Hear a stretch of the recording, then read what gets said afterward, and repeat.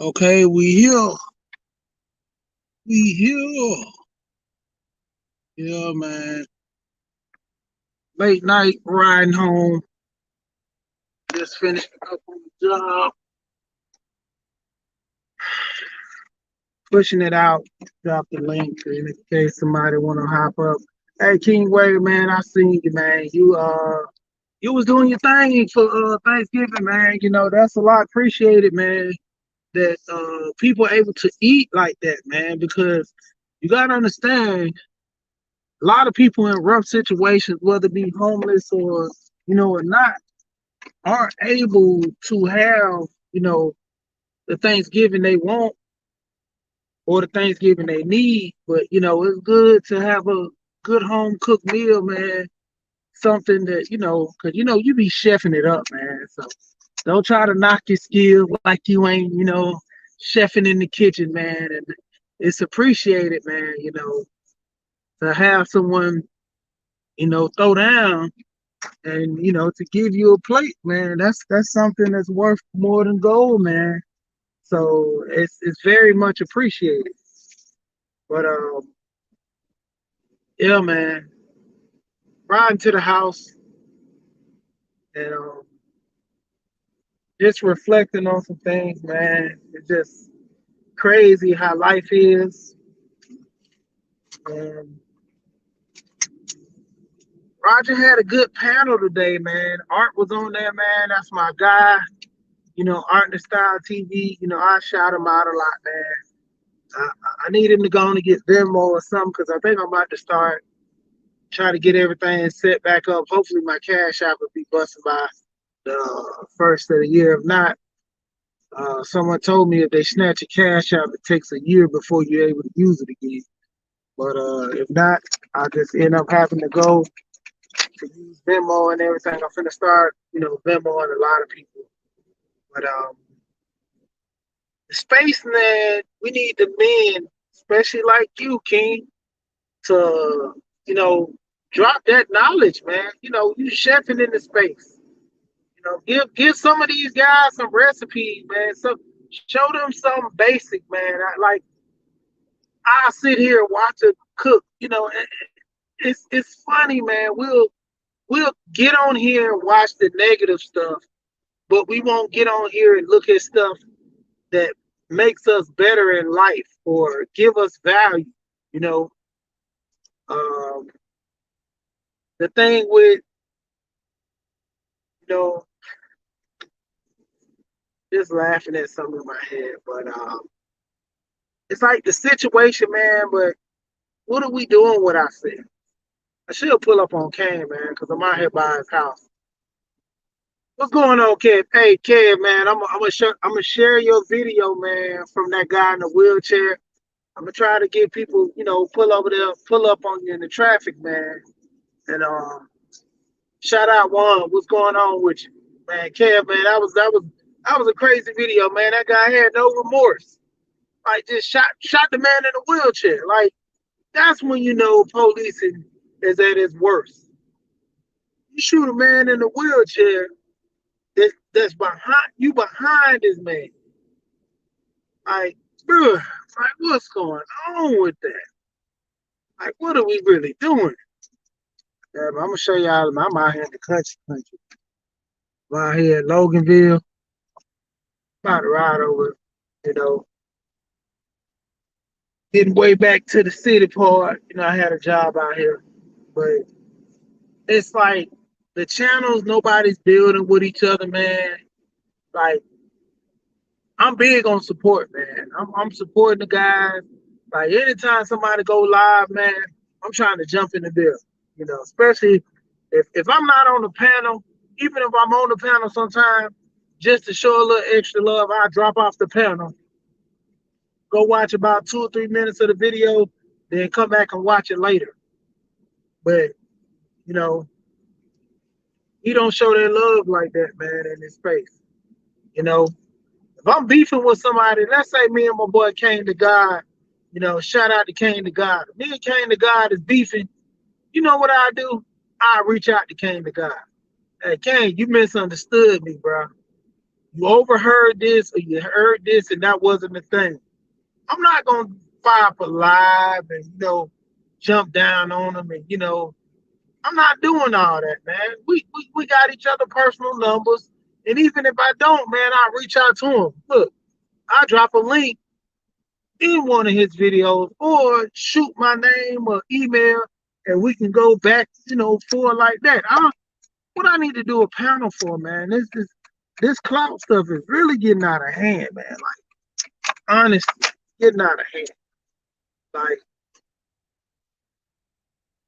Roger panel was good today, man. There was a lot of guys on there, talking some sensible things for the community, trying to figure out what we're gonna do. We need more doctors and lawyers. Understanding that the rappers and ball players, they hold a position in the community, but everybody's not gonna be there. So there's fun mode. What's going on, lady? Oh, the Rick TV. But shout out. It's like it ain't gonna be that many rappers and ball players. So what are everybody else gonna do? Somebody got to be the cook. Somebody got to work in sanitation. Who's gonna take out the trash? Who's gonna be humble enough to take out the trash? If you don't want that position in taking out the trash, you gotta do some other stuff. Okay, I see you. But you gotta do some other stuff. If you ain't trying to take out the trash, you gotta get your skills up. Just plain and simple. If we had an all-black community, who's gonna pick up the trash? A lot of people, get on the truck drivers and stuff. A lot of truck drivers got a bad name for themselves. Messing with lot lizards, being fat and nasty and sloppy and all that. I might be big, but I ain't sloppy with you. Like, man, I could run a 4.4 in a 40-yard dash. Man, I ain't ran that in so long. Oh, man. Probably run a 8.2 in the 40 right now. Probably run an 8.2 in the 40. I can move, but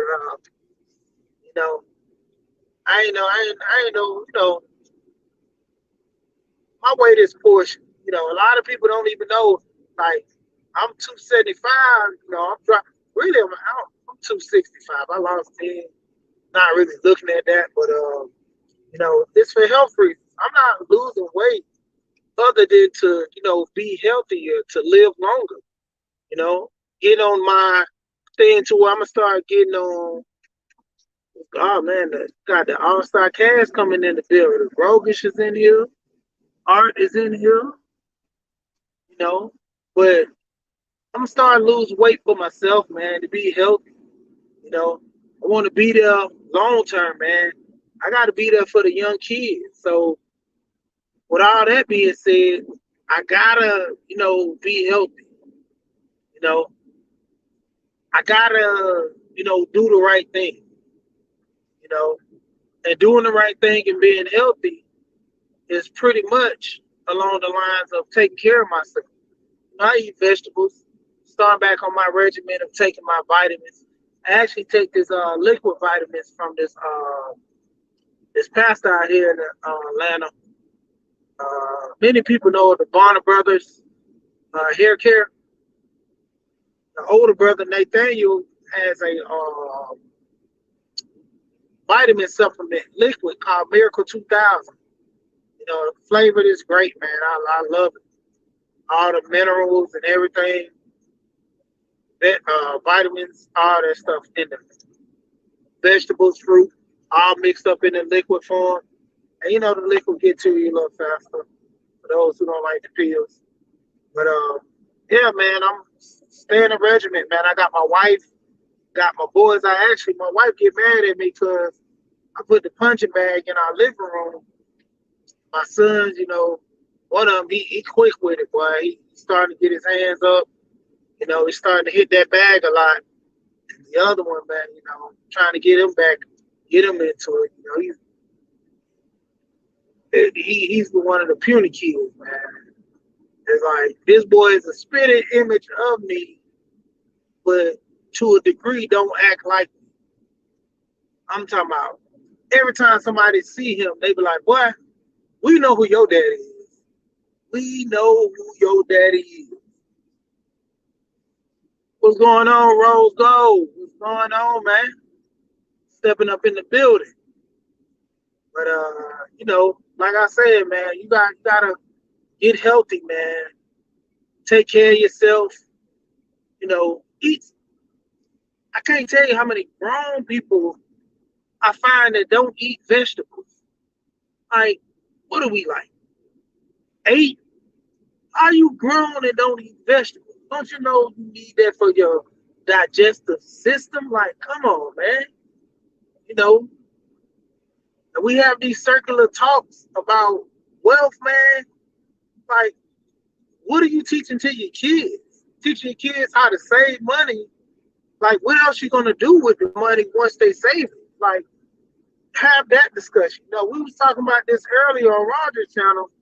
You know, the knowledge, generational wealth is the knowledge you pass on. And to a degree, we was talking about this as well. Like, your Rolodex, man, the people you know, I've heard millionaires that are broke and just call somebody and say, hey, man, doing this fundraiser, I need you to come in. Mike Tyson, at the pit of his career, was able to get a fight just to pay off the majority of his debt because of the man he was and the type of, mentality, kind of he brought out. So people respect him for it. You got ball players and all around, man. They just, depending on what type of people they are, like, people respect it. Yeah, man, no problem. I do something for you.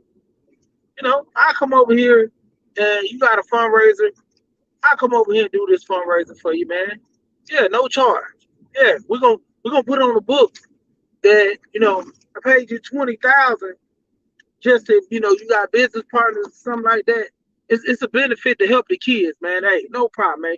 You've always been there. You're a good friend, man. I got you. That's the type of relationship you have with people, man, to where something being done, like I was talking about with one of my friends. He had a situation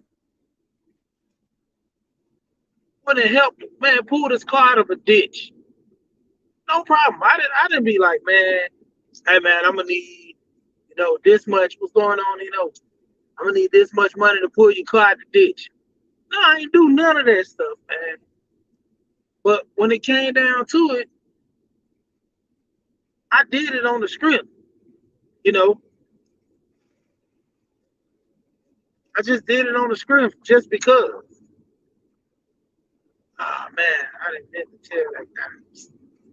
I hope this guy need to hit him back. He was trying to send me some cash out for this job. Cash out don't work. Oh yeah, But yeah, when it comes down to it, man, like, you gotta have somebody in your corner. You can't be a lone wolf. It's some things in life you're gonna need help with.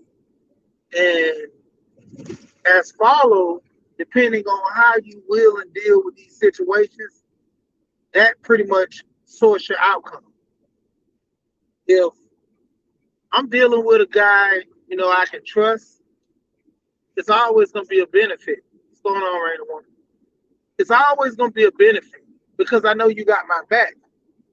You know, People you can't trust, you kind of string them along, but don't really have them in your circle. There's guys I deal with on occasion. You know, I've talked about one of my friends that I knew from school. And to be honest, there's two guys that I know personally that are deadbeat dads, and they change their ways, especially around me, because it got to a point where I just started, shunning them, wasn't talking to them, wasn't dealing with them. And they asked me, and I had to tell them, like, hey, man, like, people say in the street, you don't take care of your kids. You know, the normal, man, here, man, I take care of my kids, man. Man, I do this and I do this, man. And I'm like, but if you take care of your kids and you this type of guy, like, why everybody putting your name in the dirt? Like, what's going on? And, you had to show and prove. Like, one of the guys, he was hitting me like, yeah, man, I take care. I know you don't take care of kids. I know your baby mama, man. Like, I, I talk to your son. Your son tells me what type of man you are. Like, your son ain't seen you in a minute. You know, even your daughters, like your daughters ain't seen you in a minute. I'm cool with your baby mama. It's not like I'm trying to hit on her. Like, I've been knowing your baby mama for a while. Like, and then we don't even talk. Like, I call her on the phone. We might just see each other out. And I might be, just chopping it up with her. Or I might have a homeboy that, talk and be like, hey, man, your homeboy, holler at him, man. You know, tell him holler at his kids. I'm like, dang, so it's like I'm attached to you for being a deadbeat. So that's why I want no deals with you. And then, of course, try to make everything limelight look better. But if you go back to that same, rendition, man, I can't fool with you. Like, I don't want my name associated with deadbeat. Like, yeah, man, your partner don't take care of his kids. And now I got to walk around as the dude who has a partner that don't take care of his kids. That's the type of title you get without even asking for it. You know, and like I said with the other guy, man, he just like put his hands on his old lady and all that. And I don't get down like that. My mom got abused, so I really don't fool with people that have that type of ill about them. You trying to put hands on women, so that's not a plus for me. So why would I deal with dudes like that? And I'm turning with this truck in front of me. But I mean, it's crazy though. Like, why would I associate myself with people like that? It makes me look bad as much as you. It makes me look bad as well because I'm associated. It's like being associated with a well-known drug dealer, and I get caught up in something. It's still my fault because I'm guilty by association. You know, me and Go P had this, talk earlier about a situation, and the thing that we were talking about, he told me not to hang it over my head, but I told him in that situation, I would still be responsible to a degree of the situation because of, my surroundings and how I put myself and other people in that situation. Even though someone else did something, it was still going to be not a burden on me, but it would have me questioning, that person and my integrity and how I let things happen. I don't want to go into detail about it. It's not really too personal, but it was like more of a discussion. And he did, he kind of hit me with, man, hey man, I don't want you get kind of like I'm trying to convert you or change your mindset. And like I expressed to him, nah man, it's none of that. You know, I ain't I ain't in no feelings or nothing, man. I'm here. I'm good. I said I'm not a male. It's not gonna get to me when I'm about to go cry in the car. None of that stuff, man. I'm just gonna be up front. I'm just gonna be up front with it. Yeah. What's going on, Tampa and Savage? But it's not like it's an issue for me to, you know, get emotional about something. You heard I said emotional, not feeling. But get emotional about something and not have what's going on. But at the same time, have an understanding what is my position in an argument, you know, and that's why I try to hit men with that. Yeah, man. When I hit dudes with that Maxwell, it's because you're starting to take logic out of what are you dealing with, you know. And yes, men do get emotional, but not all in their feelings to where you're not thinking critical about an argument or anything that or discussion that we're having because you're so focused on being right. And that's what I truly don't like about a lot of guys around. That you're so focused on being right that you're sitting up here and not, you know, using logic to the point where, you just want to be right. And I don't want to go that way, but I just don't want to say men don't act like that. To a certain degree, you gotta deal take the emotional side out of it and deal with logic. You know, if you do this, this will occur and it might end your life. Logically, you're not gonna run up on somebody with a gun and think everything is gonna be okay. You're gonna end your life. And that's the scenario in which a lot of people are not putting themselves in. You know, shout out 5.0. But the logic about it is having that real true strategy on someone having a gun. Hey, live to fight another day. Live to fight another day. When it comes down to a lot of people having issues, not living to fight another day, what do you have to prove? That's even like this space, this YouTube space. What are we proving? What are we actually proving? I don't know you, you don't know me. We have a disagreement. If someone yells at me, like I said, I was one person yelled at me on the panel. I caught myself because I was gonna go, who the are you talking to? But then I smiled. I was like, oh, this is YouTube. This person don't know me.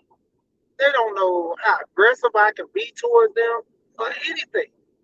I can't reach out and touch no one. So therefore, with me not being able to reach out and touch you, your words mean nothing to me. I'll let you have this argument because, in my opinion, it's not real. It's not worth having this tick for tack. I did that on the panel when a guy was trying to come at me. I was so calm and collective.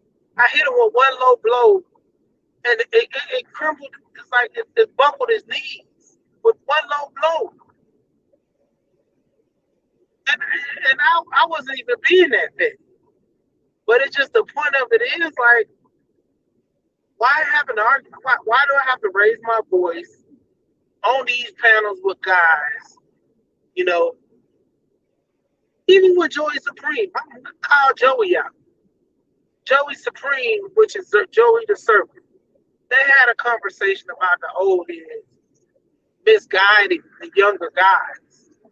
Now, if the information that you're being provided for is invalid and it doesn't suit you, by all means, tell that old person to their face, preferably like this YouTube, just that's face to face pretty much, on the panel and say, hey man, I don't want you giving me no advice. I will literally tell someone, not to shame them, but let them know stuff you telling me is not going to help me in life. You know, you're telling me stuff that I already do and I already know exists.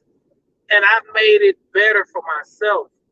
So you're technically not offering me any solution that I already haven't done or can't do myself. So not to be funny, it's not going to help me. Just tell them up front. Joey took the low approach and talked about it, but in return, the low approach when he talked about it, it didn't make sense. So, I came on the panel, questioned them about, their argument towards the old guys, and everybody was kind of like shook and stunned. I wasn't even coming up for no beef because, like I say, this is YouTube, but I did want to clear the air of what you thought was false or not being represented to who, your gain or someone else's gain, to your feelings, because I heard a lot of feelings on the panel.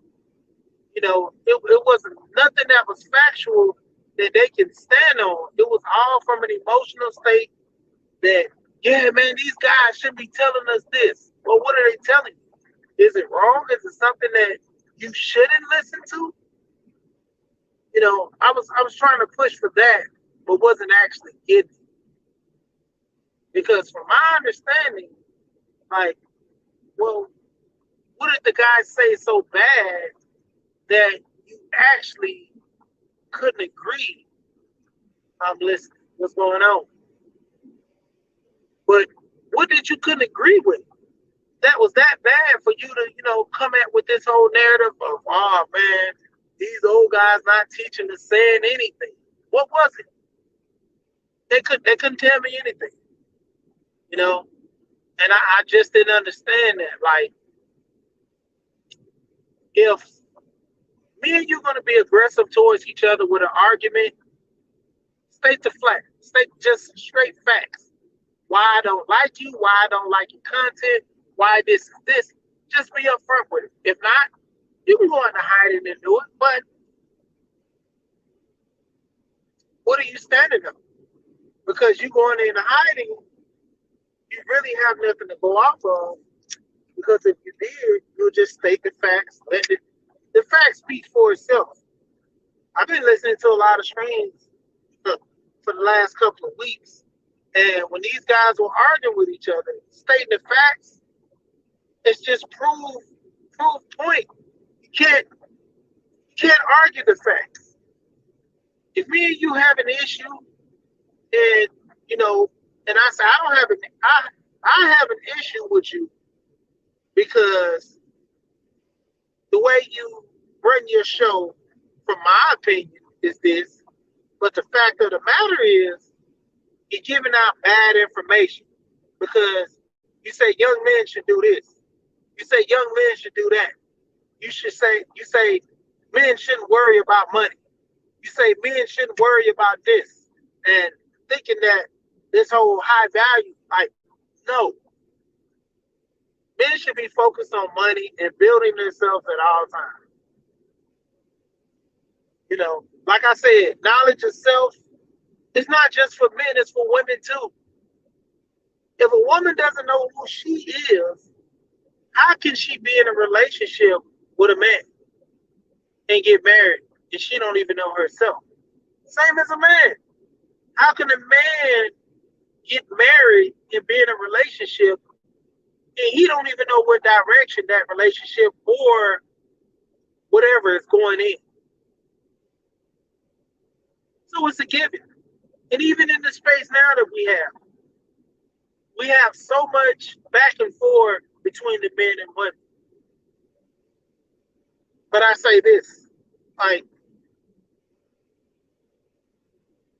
we have so much, to big up our sons to do better. But who are our sons gonna marry if we don't have our daughters being led in the right direction? If you put emphasis on creating better men, the emphasis also has to be on creating better daughters to become better women, because our boys are going to grow up, and who are they going to marry? You know, that's why I put so much emphasis when I go hard on the men, I go hard on the women. When I go hard on the women, I go hard on the men. We both have our faults. We both have our victims. So if I'm gonna, jump down on the men for doing wrong, I'm gonna jump down on the women for doing wrong. When I give the women their flowers, guess what? The men get theirs just do as well. I'm not gonna sit on the panel and listen to a guy down men but won't big up the men. Because not all men act a certain way. And that's the whole point that I try to bring the balance. I'm a Libra, so I bring the balance into the conversation.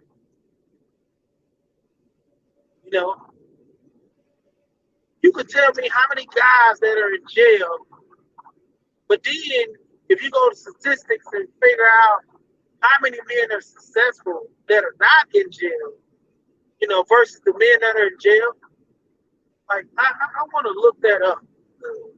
Population.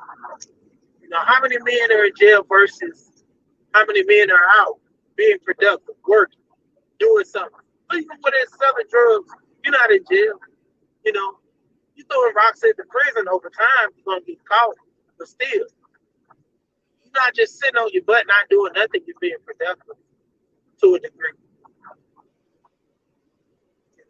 And shout out to Mark, what's going on. But that's like a given, man. Like my daughter is the oldest. Me and her, we don't have a good relationship. But the biggest thing about my daughter is she know if anything, she gonna give me respect. She gonna give me respect about all else. My oldest son, great relationship. We talk, mentor him with a lot of stuff. Any situation he has, he already knows. Call me right now and ask me for $1,000. I ain't gonna give it to him, but I say, well, we can work on getting it.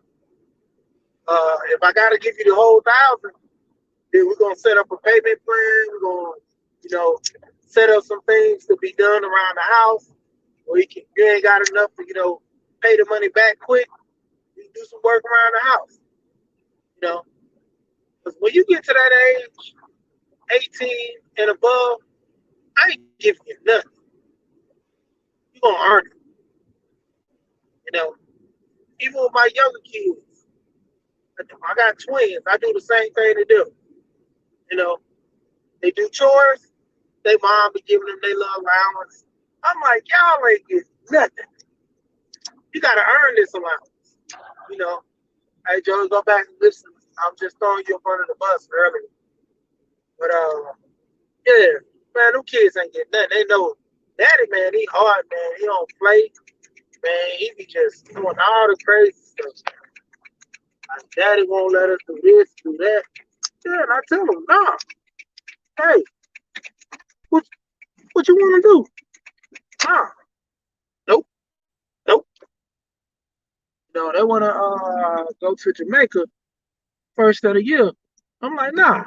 Yeah, we got about 4 tickets. Nah, y'all ain't going. Even if I just send them, they went last year. I don't know. Do y'all deserve it? Now, what are you doing?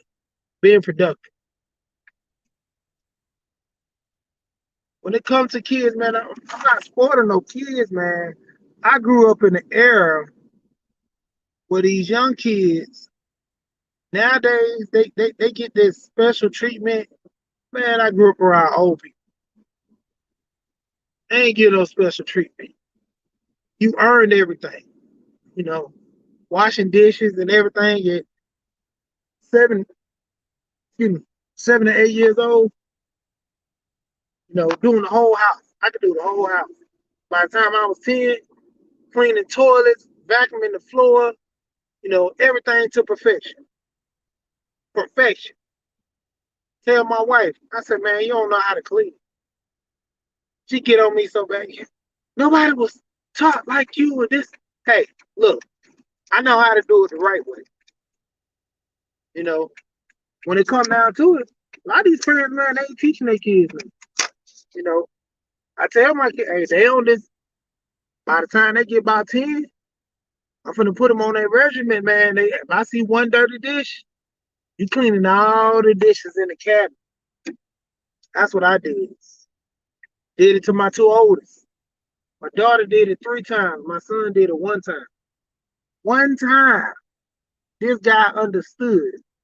I don't want to get up because my daughter and my son, I got him up at 2 in the morning on a school night.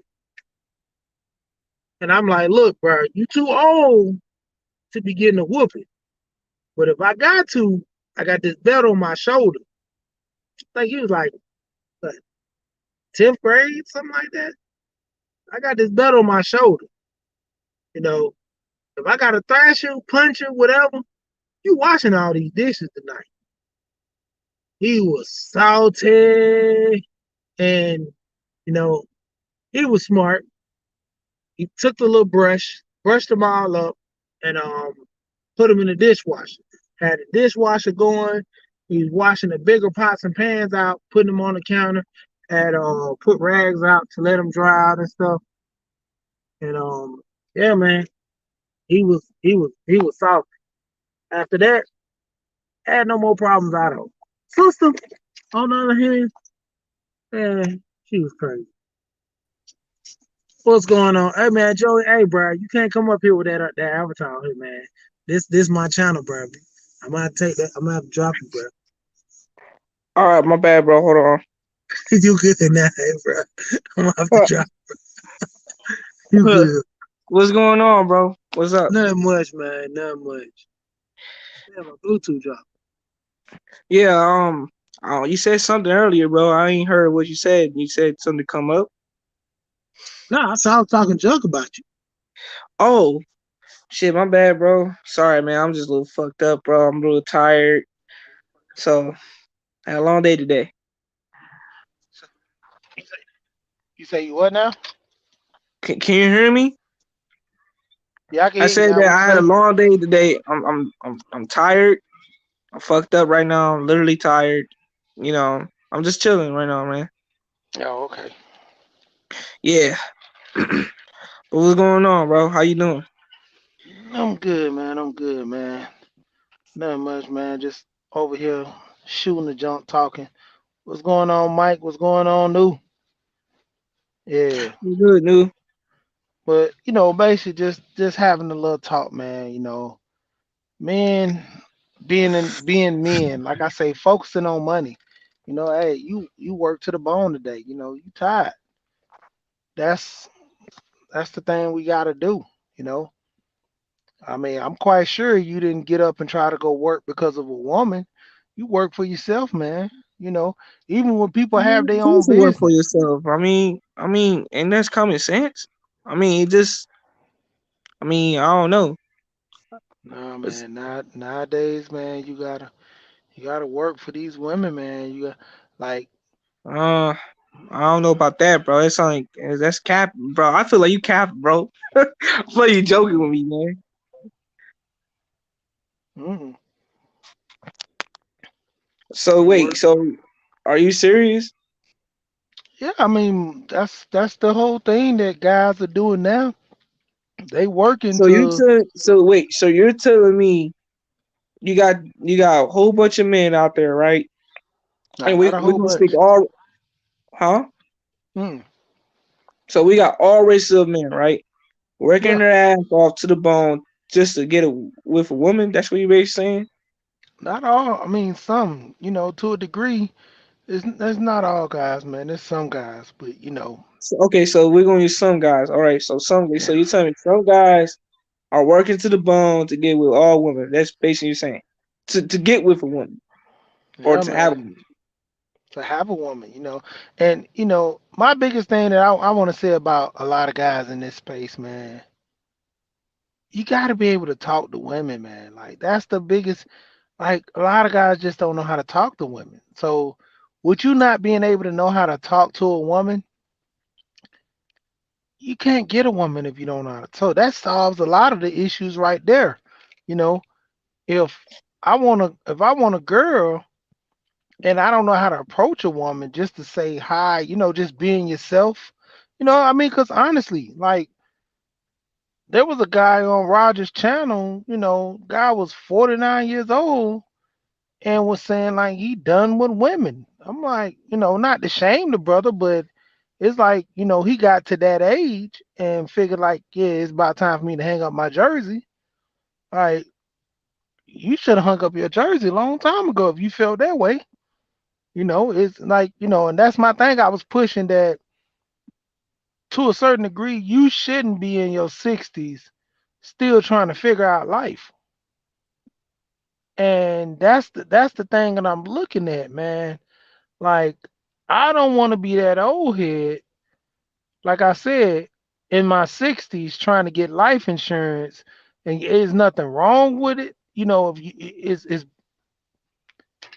in my opinion, getting life insurance at any time is the best. But then you will have to question, like me, I'm questioning you since you were in your 20s, like first when you was 20. Mm-hmm. What have you been doing since then? Red lipstick vibe pod. But what have you been doing since then? So I would say you're in your 20s, maybe 25, 20 to 25. You played around, had your fun. In your 30s, that's when you really start looking at trying to take things a little more serious, take it to the next level. Your background is on right now. Oh, what's good, Rainy woman? I mean, I don't. I'm gonna have to disagree with that, bro. Cause some people, men or women, there's levels to this game called life, right? That's what me and Kane talked about. And you know me, you had this discussion. You know what I'm Yeah, saying? So not everybody gonna be in the same level like that. Like with me, I'm a young man, but I got my priorities straight. You get what I'm saying? And you got older dudes out there that's probably older than me, like let's say like little 5 years older than me, 10 years older than me. They don't got their priorities straight. You get what I'm saying? Because they was wasting their time playing around, fooling around. You get what I'm saying? So you can't just compare that one concept saying for 2025 you play around, then once after 25 you start taking life seriously. No, you should have been taking life seriously when you was a teenager. That's how I look at it. You know what I'm saying? But I did say that there's levels to this game called life. Cause not everybody on the same level as you. yeah. You Go want ahead. to talk, random woman, before I jump in?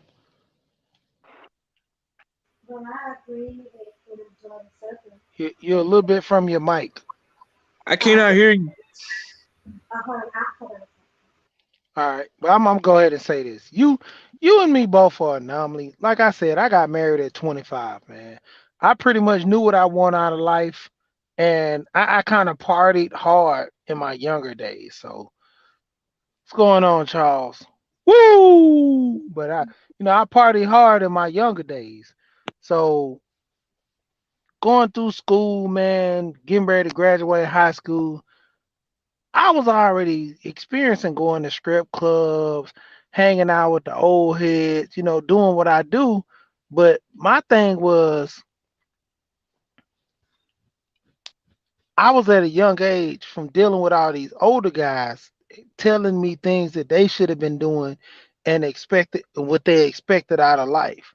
Having kids young to where, they can have time to grow with them and show them things. And as they got older, they would appreciate things. Having kids at your older age, you know, they were saying that, it was cool, but they were missing out on things because the body ain't the same no more, and it's because a lot of people don't take care of their health like they should. That's one of the biggest key things: taking care of your health, you know, making sure that you eat properly, even getting a woman that helps you if you're a man that can't eat right, and a woman comes in and change your diet. It's not to hurt you, it's to help you, you know. And a lot of people, they look at this partnership thing is crazy too. But my thing that I always say, even when it comes down to the submission, I'm not asking for your submission because me being a leader, you granting me to be the leader within the family, that comes into play automatically because submission. You supersede to the chief, the captain, because they're the one that's gonna, guide the ship. So you being that, you stepping up to the plate. You taking care of things, you putting things in order, you putting things productive, you know, and when it comes down to it, you got a second in arms, which is your wife. Once you start building your, united front, you gotta have somebody that, if all power needs to be handed over, your wife is the VP. You the president, she the VP.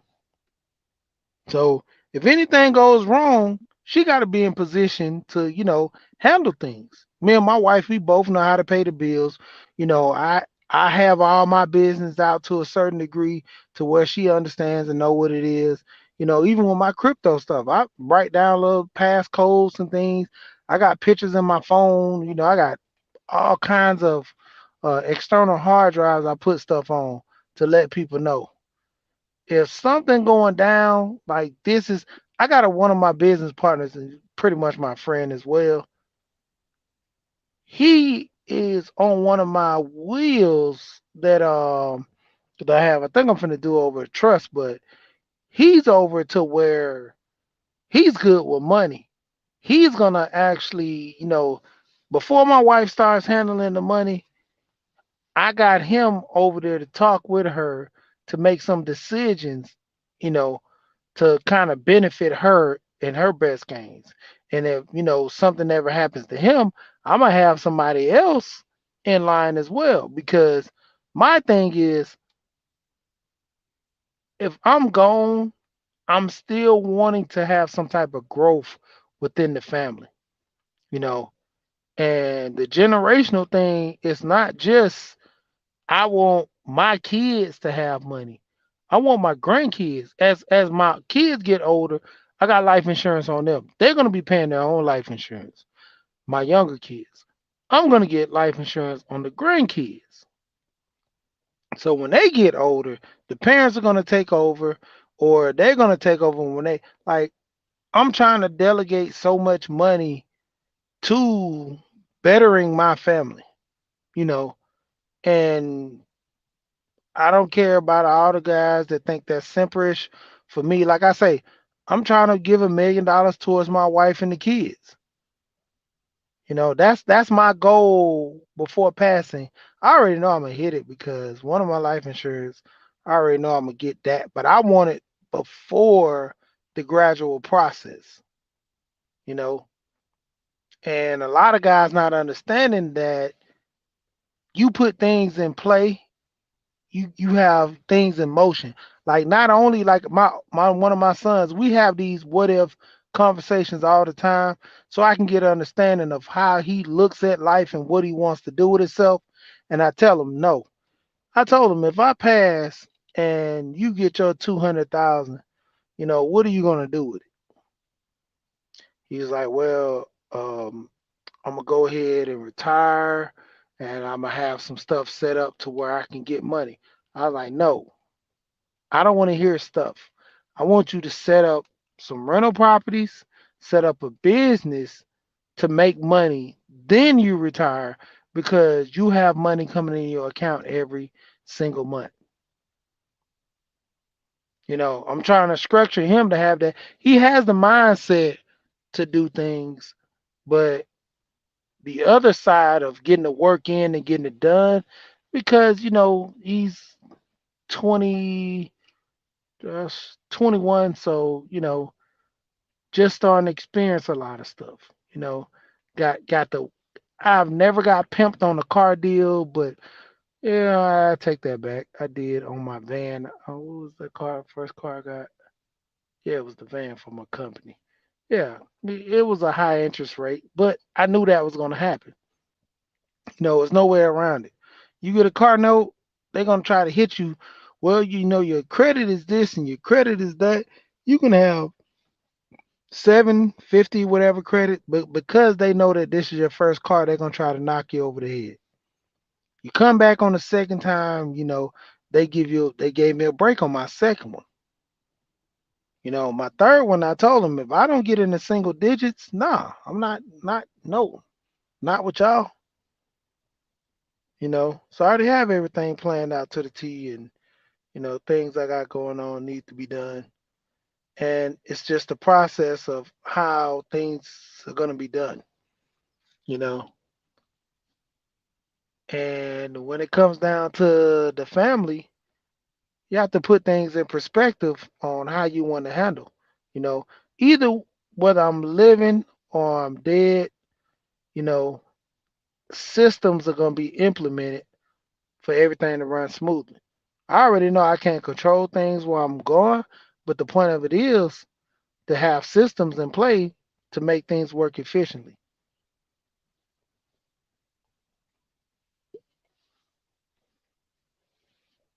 You want to jump in, Rain Woman?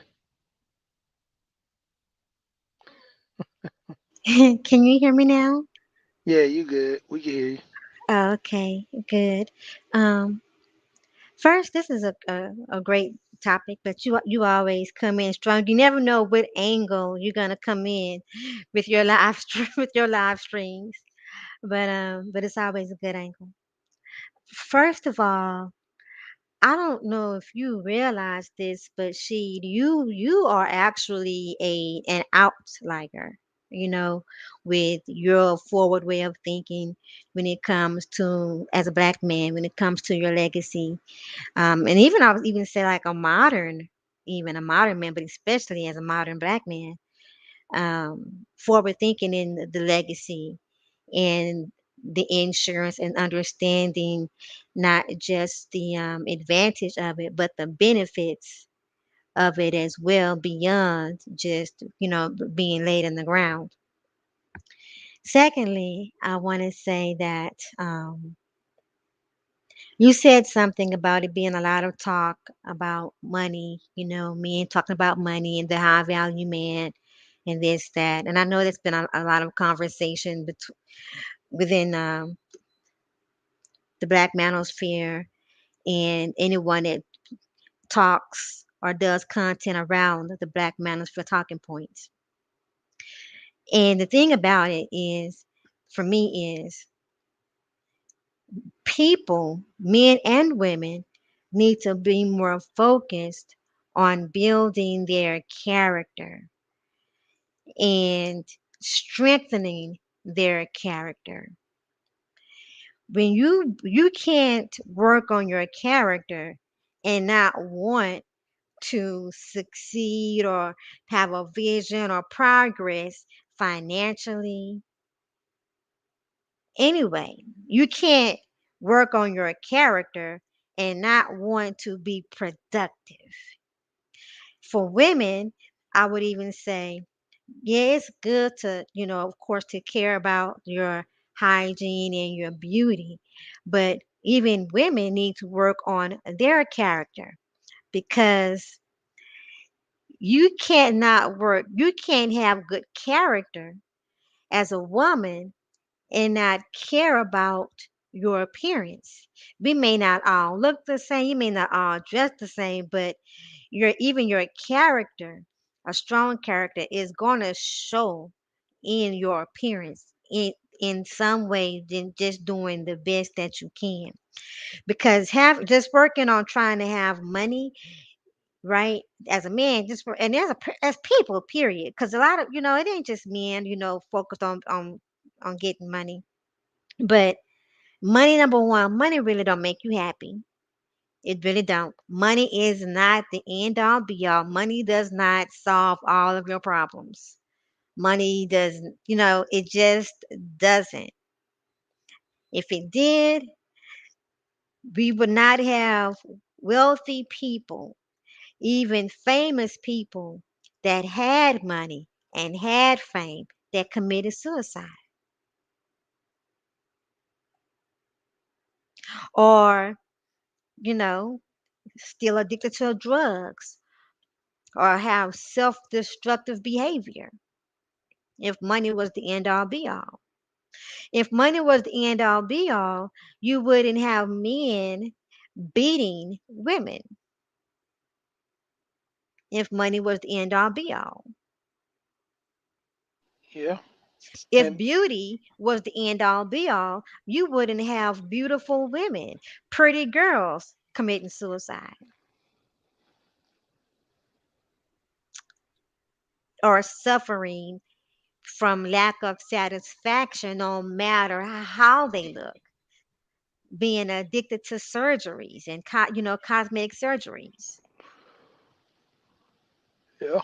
Eh, the biggest thing too with that, a lot of people, you need money in order to survive in society, but money is supposed to be a tool to push certain things in life.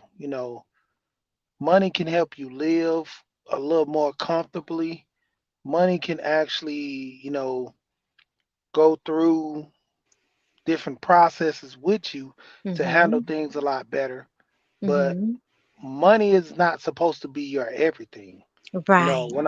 when I talk about knowledge of self, like I said, it's not just for men, it's also for women. Like Yes. if you're never gonna get married, guess what you're gonna do? You're gonna need money in order to survive. Facts. So using the money to, do things to benefit you. I mean, let's be honest. This whole winter's coming, it's not just for women, it's for men too. When Mhm. men get dogs just like women get dogs. So I know men got cats, like women Mhm. got cats. Mhm. So when it comes down to it, a lot of men, you know, to a degree, with both men and women, they want to get married, but they want the Mhm. right one. And see, the Mhm. biggest issue with both getting married is not getting played and the suffering in the end. But to a degree, in my opinion, I'm gonna say that some women they want to get married too late. That there's a lot of women that want to get married early, but Mhm. then there's some women that want to get married too late. Like you you decide at a certain age that you done had your fun and you want to get married, just like men do. But the problem is, with a man, if he's leading with his wallet, he can get married at any time. Mhm. A woman, she only can get married if that man wants to choose her. Mhm. And so it's a hindrance, like this whole thing now with the women are winning thing. Like they winning now, but later on, like the man has to proceed to acknowledge he want to be married to a woman in order for her to win. And later in life, that you got women getting married at 60. You got women getting married in their 70s, but it's not the norm.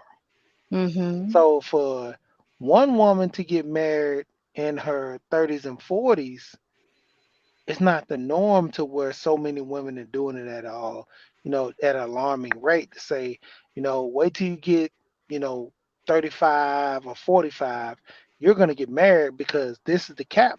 This is the cap age to where if you're not married by this age, a man will just come scoop you off your feet.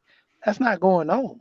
So Mhm. it puts a lot of women in position to kind of change their whole narrative because honestly, easy. If a woman wants to get married, if she changed to what a man likes, she's gonna get married. If you don't want to get married, you just stay the same. Because Mhm. my thing, I always push this a lot. Society standards. Society standard states that Most men need that marry a girl that's an IG model. Was it BBL, Brazilian butt lift, all this. Society standards push this on men to say this is what society accepts to a man to have a perfect woman. You know, men to a certain degree, we're not falling in love with the woman who's choosing us, or we're not, you know, dealing with the terms of having a good wife because we want that IG model. But she don't exist because if you take her like glory and fame away, then you're gonna take the plastic surgery, the other stuff she did to become an IG model and be successful. You know, most of the it's like success for those IG models, they put in a lot of work. That's why I tell most guys you can't handle a 10 because if you get a 10, like that 10 is maintenance. How many how many men are willing to go and get a woman's hair? Like I told about my one of my friends. How many women are willing to go get a woman's hair and nails done every week or every 2 weeks? One of my Mhm. friends, he get I told the guys this on the panel. One of my friends when he was married, he gave his wife beautician $1,000 every month. Every month, 250 a week. 250 a week. I think her hair, I think it was like I think it was like 180, almost $200 or whatever, or just like I think 180 or two something. But he gave her a tip along whatever her hair cost. It was either Mhm. 50 to 60 some dollars or whatever tip on top of the hairstyle that she had done. And he like basically paid it monthly because she got her hair done every week. Now, this was something that she did before she got married. Mhm. And he didn't have to pay it, but he paid it.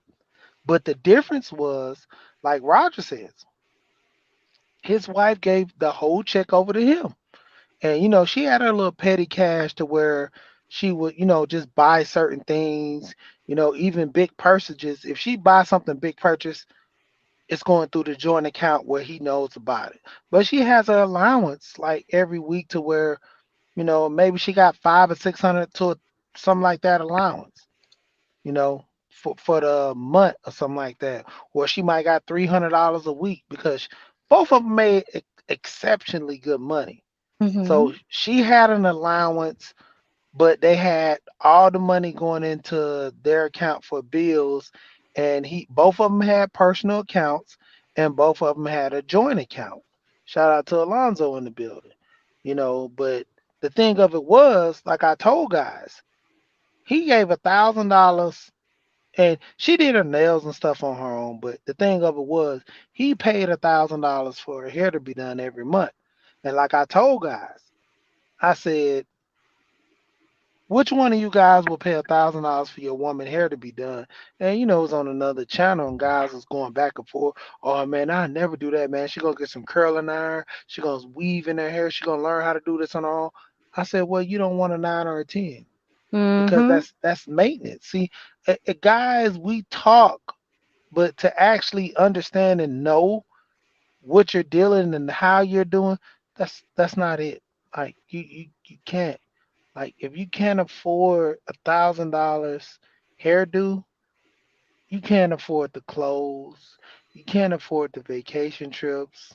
Like they were just going every like I said, both of them made good money. He was a truck driver. She was a midwife. Worked at a Mhm. hospital in the birth unit. I mean, having babies. So they both made exceptionally money. So they lived nice. They had a nice house. They were productive in everything that they did with each other. A lot of people can't handle that because like you really got to set your mind on making that type of money and doing well for yourself and having like a good relationship with your wife. Like I say, Facts. me and my wife have a good relationship. Despite what anybody else say or do in their relationships, Until that day comes, if we get a divorce, it happens. If it don't happens, it's cool. Like my thing is like I'm not like most, so I can get a divorce right now. It won't crush me. Cause I'll still be the same man. I take care of my kids. Me and my wife is still co-parent, and she knows like the whole What do you need child support for when you have a man that's there for your kids? That's the only petty thing that she knows that I would go get a job at McDonald's and I would do side work just to be petty to don't give her no child support money because if I'm a man that's doing for my kids and potentially give you extra money on the side, why what is the system for? Mhm. The system is not needed. That's what me and my wife we talk about this. A lot of people that gets into those systematic oh LaShawn jumping, I ain't catch you up there, brother. Going on. Hey Shay. But a lot of people get into the system to kind of, poke at the other person, Mhm. because there's some men Mhm. that have women on child support. It's not prevalent to where you see it a lot, but some men that do that out of spite. When me and my wife get a divorce and I get the kids, I'm good. You just take care of them. If they want something, they'll come at you, be like, "Hey, ma, I want this. Ma, I want that." Cool. I'm gonna be there. Just like if I expect you to do the same. I'm not gonna. What do I need to put you on child support? You know your responsibilities. Just like a man should know his responsibilities to say, okay, the kids need this. What are we doing together? It shouldn't be no you thing. It's a we thing. If they want to go Mhm. do karate, I'll pay half, you pay half. I'll pay this week, you pay this week. Or I don't have my half this week. Okay, let's make a compromise. I pay 2 weeks in a row, you pay 2 weeks in a row, and we'll get back week to week, or we'll do month to month. Whatever it takes for us to work together. It's gonna be sometimes where you're not gonna have all the money, and I might have to fork over more because I'm making more. I understand Mhm. that. So we do the balance and having an understanding, working with each other. And see, that's the whole thing that we're not doing. Even as Mhm. men in this space, we should be working together. Mhm. I completely agree. Well, all relationships are about working together. Every last single relationship that you have in life is about working together. But for some reason, people, especially in this space, when I say in this space, I'm not talking about only men. People in this space, and even outside this space, um, a lot of people in general think don't think about relationships with in dating, in marriage, about as working together. So much of it is about control, and a lot of it has to do a lot more with fear than love. Yeah. But it becomes a dominated thing to where women have in Wait, can I say nowadays. something, bro? Go ahead, All right, I'm gonna say I agree with you saying, she, and I agree with um Rayon, Miss rainy Woman, woman. Rainy Woman, right? This is what Miss Cajun told me. Everybody's relationship, you can't. Not everybody's gonna have the same principles when it comes to the relationship, right? But you gotta do what makes you happy. I said this earlier on my channel. Do what makes you happy within your relationship. You get what I'm Hmm. saying? Yes. And because down, and when I say do what makes you happy, if that's like me dating you, Rain Woman, and I'm dating you, and I tell you as my woman, I said, listen, babe, look. I want both of us to be happy, and we're gonna come together and be happy and fulfill each other's needs and Mhm. our desires. Now, most people are not on that level Mhm. because you got people doing things out of selfish reasons, correct? Mm, correct. Yep. So if I'm telling my woman this, because like I said, I was talking to Auntie Cajun, and Auntie Cajun told me something in her marriage. She been married for 12 years. She doing things within her relationship that's her way, her principles, right? But she's Mhm. not advocating to no woman or no man to say do the same thing what she's doing or her husband doing. Just like me telling me as a young man, she told me like, look, do what makes you happy within your relationship and do what's best for you and that person, whoever you with, Mhm. right?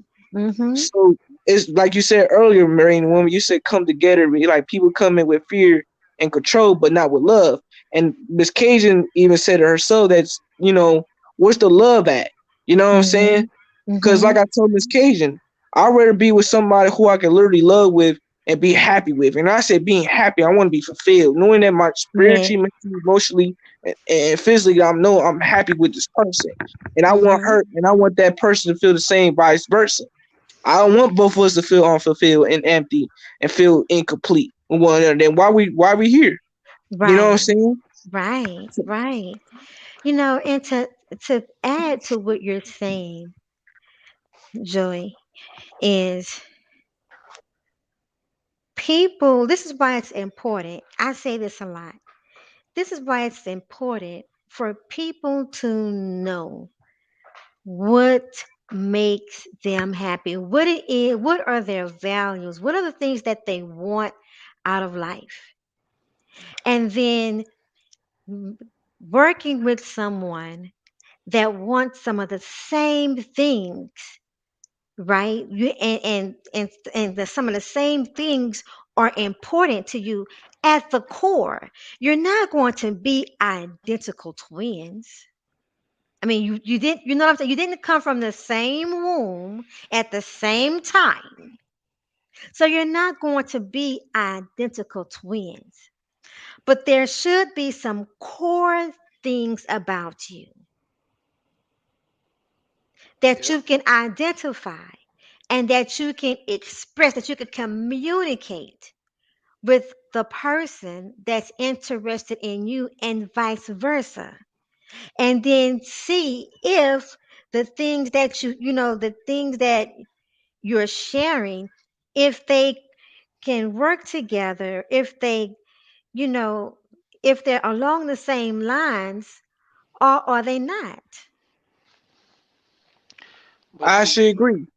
Oh, I was gonna make this statement real quick. Let me uh, get this out the way. Like, I actually agree. Like, I said this earlier on my channel. You gotta deal with people who are equally yoked as you. You know what I'm saying? And know the core values within each other. Y'all don't have to be identical like Randy women say, and you're actually right. But it's okay to agree to disagree certain things. There's nothing wrong with it. I ain't saying things ain't gonna happen. All I'm saying is that have the same core values, know your desires, what makes the fulfills, know your love languages, what is your language between one another.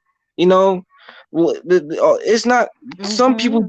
some people focus on the surface shit, but they don't go in depth with the shit. You know what I'm Come saying? on. In relationships, you gotta go. Relationships, Yeah, you've gotta go beneath the surface. If you exactly. don't go beneath the surface, you are already destined to fail. Exactly. That's why people relationship be failing, because they was so focused on the superficial shit, and it goes back to internal. Listen, rainy woman, you a beautiful woman, right? But your Right. but your looks is not your vanity is not going to sustain both of us. My vanity ain't gonna hold me down. Line. We're gonna get old. We're gonna die. But Right. the big question is, are you and me, you gonna love each other if the sex is done?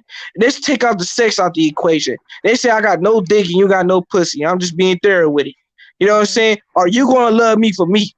If I'm Mhm. gonna love you for you, let's Mhm. go. Let's take it to the spirit realms. This, you know what I'm saying? Come 'Cause a on. lot of people may be married together, but they just married together physically, but not married together spiritually. Right. You know what I'm saying? Right. but Man, that's let's what take it here. Oh, I'm sorry. Go ahead, she. No, I was gonna say real good. That's why I was talking about when Rainey you was talking about the knowledge of what you want. That's why I keep referring to the men and women have knowledge of self.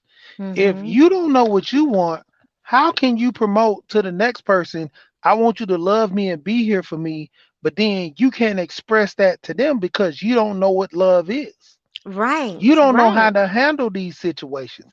And I've always, tried to tell people you have to be educated on the things that you want and know what you want to kind of say, well, like a woman says, they want a man that's, handsome and got money and this and that.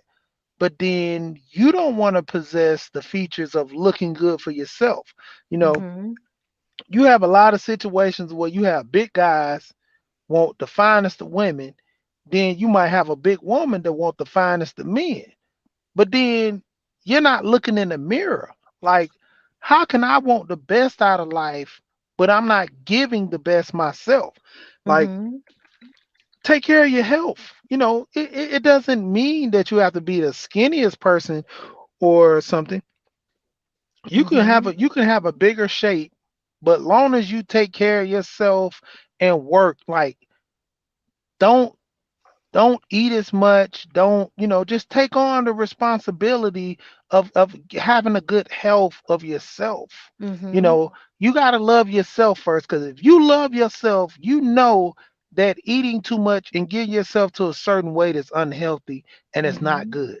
A lot of Mhm. people eat for depression reasons. A lot of people eat because their self can't take certain things, and you have to get an understanding that I need help. Some people can't do this alone. Depression sets in on you and it goes in and out. A lot of people don't really understand. You can be sitting here on YouTube and depressed about just something in your head, and somebody Mhm. can trigger something and it just have you Man. go off the wall. You Hey, don't see, even we know know. about that. We already know about that. Yeah. And you know another thing too, she like there's a lot of people that I know personally that are established, well, money right, fam, got a place known, but they still feel lonely and empty. Like I said about earlier, I said on my channel earlier, I said that I got upset about something. And I was saying that about the older man. I said you got these bitter ass old niggas, right? They talk a good game. They say they getting women, all this type of stuff, come and sleep over, but they're sleeping in bed lonely as fuck. Mhm. You know what I'm saying? And Talk about it. you know what I'm saying? And I got upset about it because I'm a young man. I'm 23 years old. The thing is, I was calling out the bullshit out of it. And I'm saying this with me. I want to be happy and fulfilled. I want a Mhm. companion, but I want me and my companion to be fulfilled with each other, not just Mhm. for my selfish reasons. You know what I'm saying? I know life is too short. I already lost my wife, you know what I'm saying, 5 years Mhm. ago. Dead, Mhm. gone. The Mm. thing is with Family. me, the thing with Mhm. me, she like the thing is, bro, like I'm off the market. I don't want to be part of the market, bro, because I find it like it's not for me. It does not make me happy. You know what I'm Mhm. saying? And I want to Mhm. live my life to the fullest. But I'm not here to waste nobody's time, and I don't want that person to deal with me and waste each other's time. You know, Right. it, but I feel like there's a lot of immaturity that's going on in both worlds. You know what I'm Yes. saying? Absolutely. So so Absolutely. so you have a lot of older people that may be older and older, but the thing is, are you able to love yourself? Can you love Mhm. me like you love you? You know what I'm saying? Can Mhm. you love me without the sex involved, out the equation? Can I penetrate your mind, body, and soul without Mhm. touching you? Like the Mhm. song Midnight Star Midas touch. You get what I'm saying? Mhm. Like, can I touch Mhm. you without touching you? Like, Right. that's all I want to know. Right. Right. I get it. And what about this? Let's say we're together and you're the high value man and you're a high quality man. And but I'm with you because of the provisions. And I'm with you because not only are you a provider, but there are there are other things that are afforded to me because of your financial gains and stability. right? And then something happens to you that you're not able to generate the same income. But let's say you also have, we have managed to have a reasonable amount of savings, right? We've managed to have a reasonable amount of an emergency fund, right? But let's say for some reason you're taken out of commission longer than the money that we have saved up. Will my love sustain you while you're in this place as a man going through something that's been hit? Because when a man gets hit like that, even financially, that's a hit also on his ego. That's a Mhm. hit also in his heart, too, Mm. right? If he cares for his woman. And now his woman is having to do a little bit more, or his woman is getting stressed out because she don't know, you know, how things are going to be able to continue, right? Yeah, raining woman, that's as a man, if something like that happens, it's I wouldn't get stressed out about it because Mhm. my thing is this. Me as a man, I gotta do where I can't do. I gotta make things happen. It's like Mission Impossible. If I'm the breadwinner of the family, my wife is let's say my wife is a housewife. Mhm. She don't work or do anything. But the point of it is with me, I'm gonna make things happen whether I'm working or not. We have a Mhm. savings, like prime example, my wife, you know, she has some illness stuff that happened to her. I actually told her, no, you're not going back to work. And in return, she didn't work for a whole year. Mhm. Family Mhm. asking me, do I need any money? Things, how am I progressing with her not working? Because, in America, typically it takes two now. Back Yeah. in the day, it you can survive off of one income, but actually it takes two. Even a high value so-called man that makes over $100,000 to sustain a certain lifestyle for a man and woman, excuse me, you still need two because, Facts. you know, the houses that we live, we we like I'm living comfortably.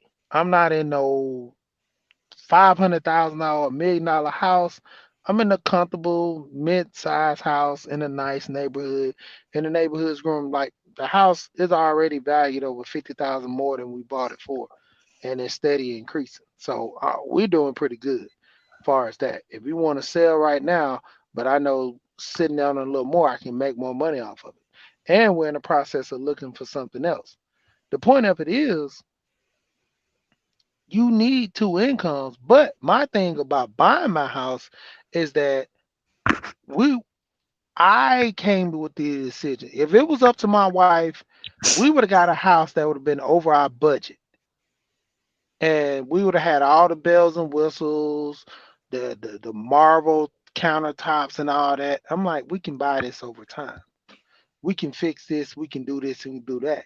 But the point that I made to her was if anything happens like we've always did, we can live off of one income. And that's what we did when she didn't work. Like we had a car note and the utilities and the rent need to be paid. Everything got done. There was nothing. Nothing. The mortgage, the house didn't get taken. The cars didn't get repossessed. And we were good. The Mhm. point of it is, a lot of people live so much above their means, and they don't understand that.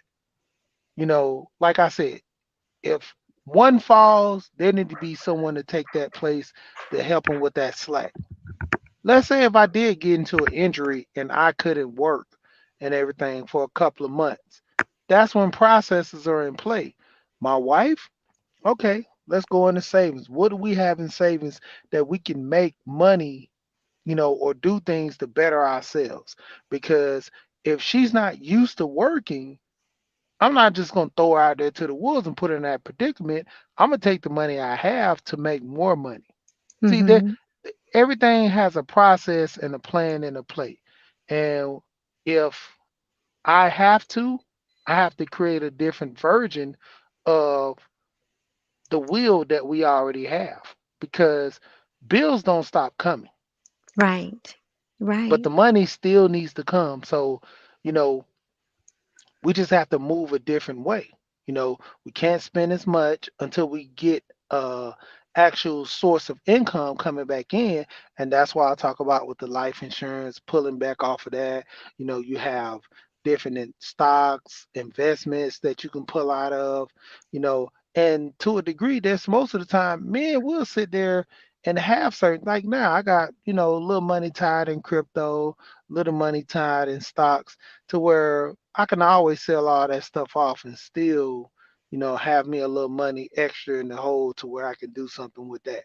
Let alone any savings or anything we have, because, when it comes down to it, you got to be prepared, and Mhm. if you're not prepared, let's say if anything goes to the worst, I can always sell my house, go get me an apartment.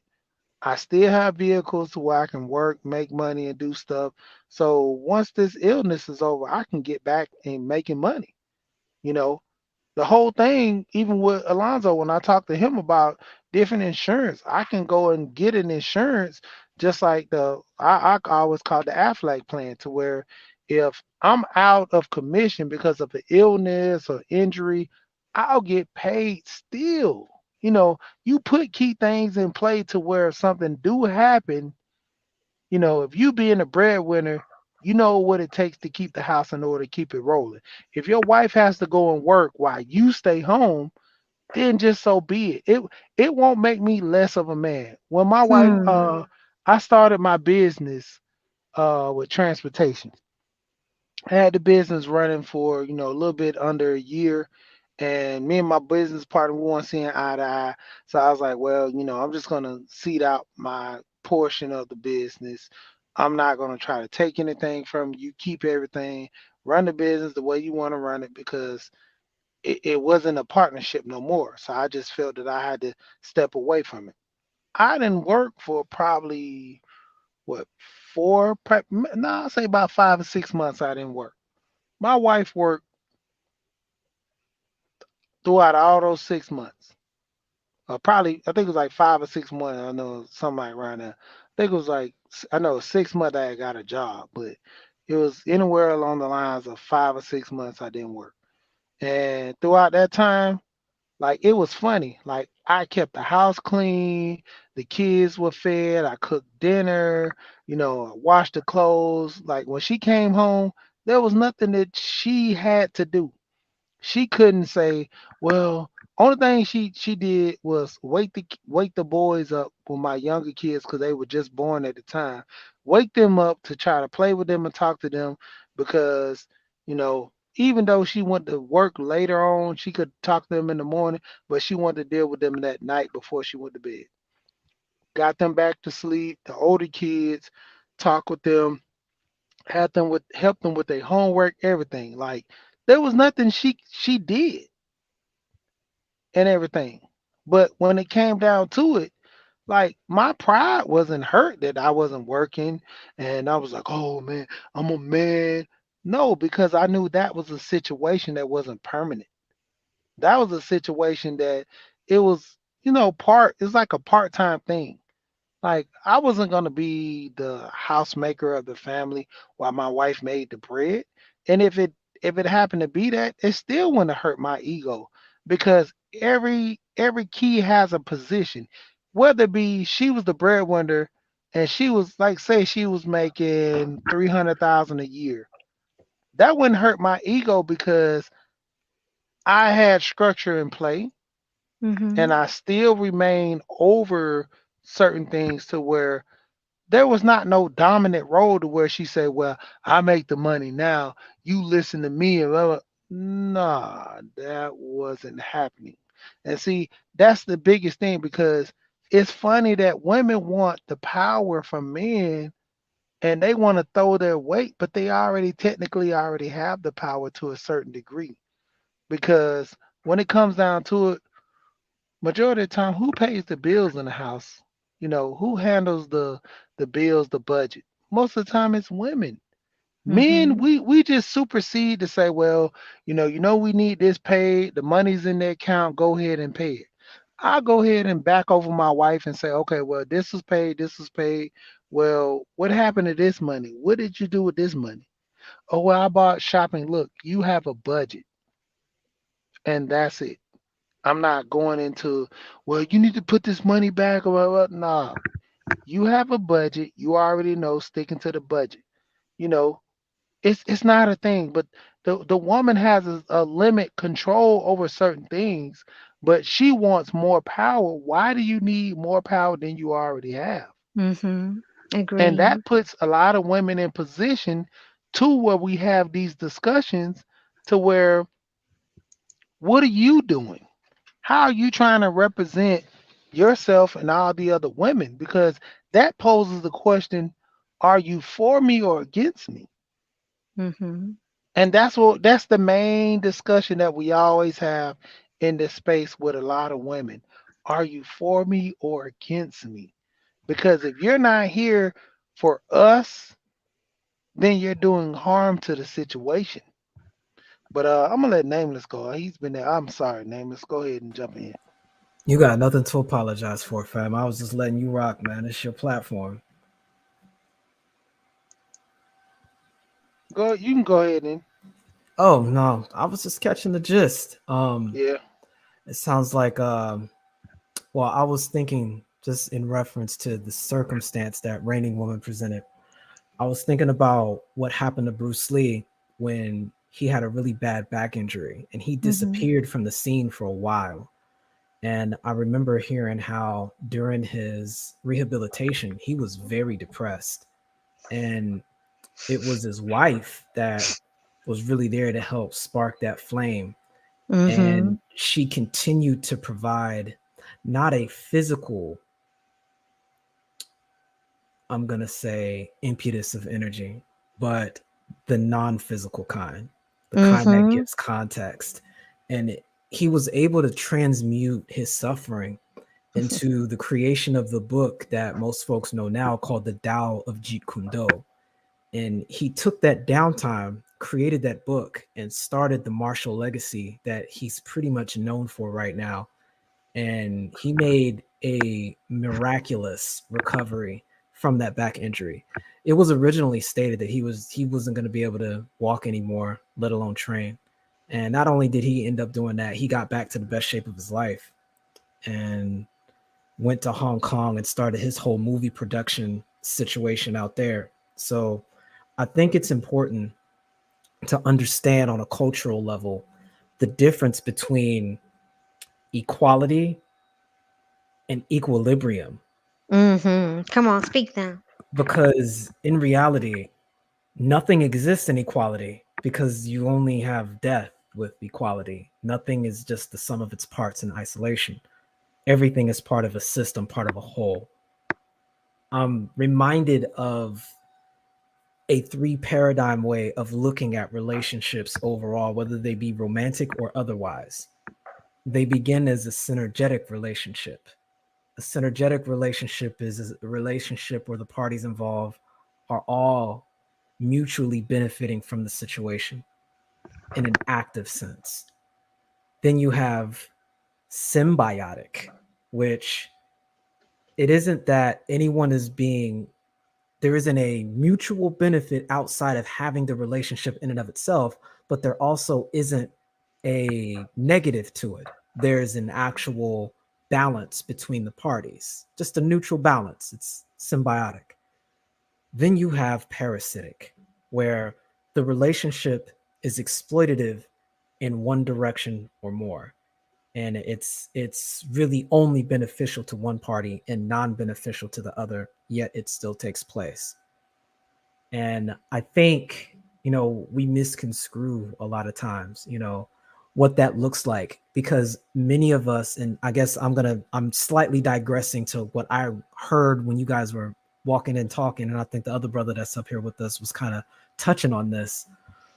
You run into a situation where if your needs chronically have not been met and you are not having those needs provided for you by the environment, you rely on your shadow to find those things outside of you.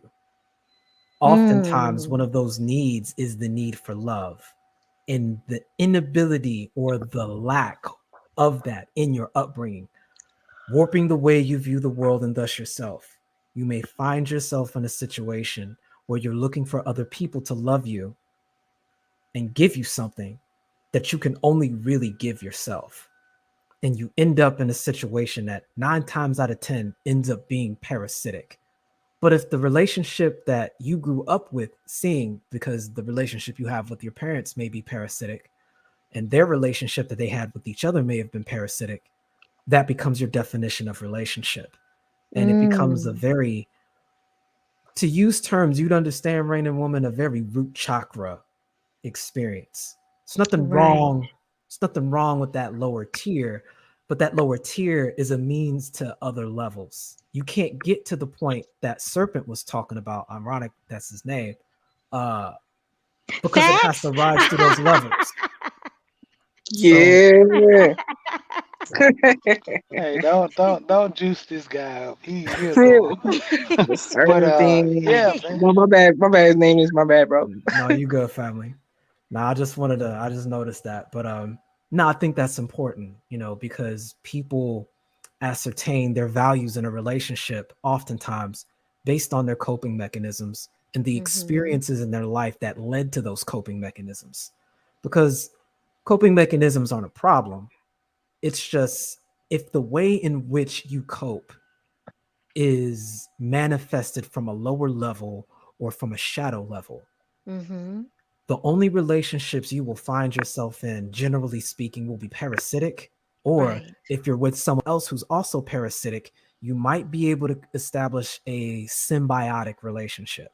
Mhm. But the Yeah, problem is, if you are coming from an environment that created you that way, you're only going to find yourself attracted to individuals that are also coming from the same level of trauma that you experienced. So you're looking to recreate the same trauma that you identified with love Yes. with in the first place. And that's where you get that dysfunction. man. Yes. Yes. That's Which that's essentially further leads to unhappiness. It further leads to you constantly seeking something better, constantly complaining about what you have, and constantly have you ungrateful for what you have as well. yeah, Well, I mean, it's like, do you eat food because you're hungry or do you eat food because your body needs nutrition? Come on. yeah. That's really the difference. Go ahead, fam. Nah. Wait, I got a That's question though, Nameless. Uh, so Nameless, how do you feel about the core values of the just universally? What do you mean by core values? Are you talking about with relationship to human beings overall or in a cultural context? Human beings overall. I like to defer to Maslow's hierarchy of needs. Mm. I like deferring to that pyramid. I think it sets a very solid foundation. Um, Especially when we get into the initial bottom lower, the four lower needs, they begin as physiological.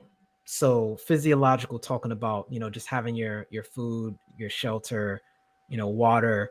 Sex is actually included in that. And I agree with that in the sense that it is a form of understanding that as a human being, that's how you got here. If you don't have sex as a foundation of your existence, and it doesn't necessarily have to be a physical thing, Mhm. um, you wouldn't have human beings, period.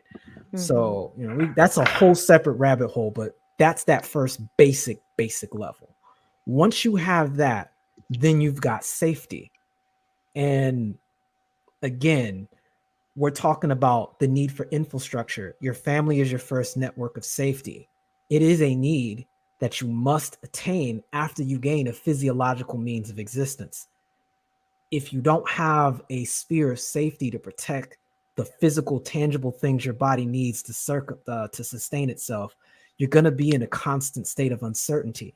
And that's going to relate to your inability to be comfortable and really thrive as a human being. It's going to stress your relationships, and your psychology ends up being stressed, and it's how you actually create anxiety.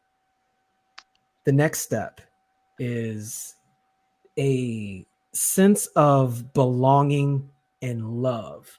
And that was really what I was speaking to when I talked about really having that emotional need met.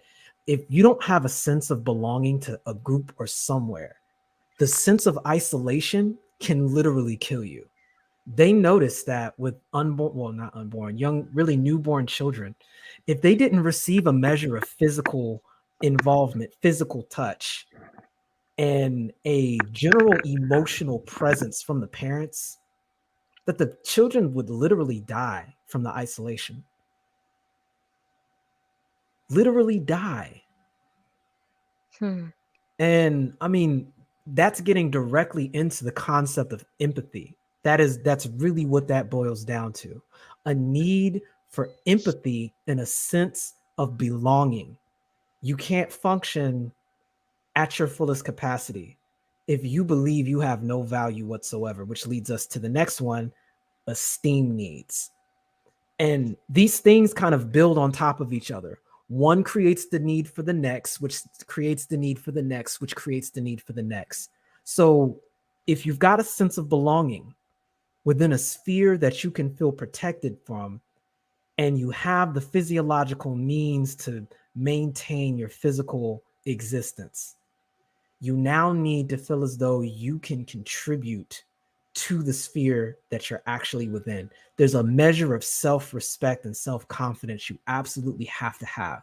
Mm-hmm. And it's in the absence of these four things that you notice all of the deficiencies with regards to having disorders on a psychological level manifest. And it's generally the role of the culture to provide a means to actually address those needs. And you can tell a lot from a culture based on what mechanisms it has in place to actually help provide those needs for you.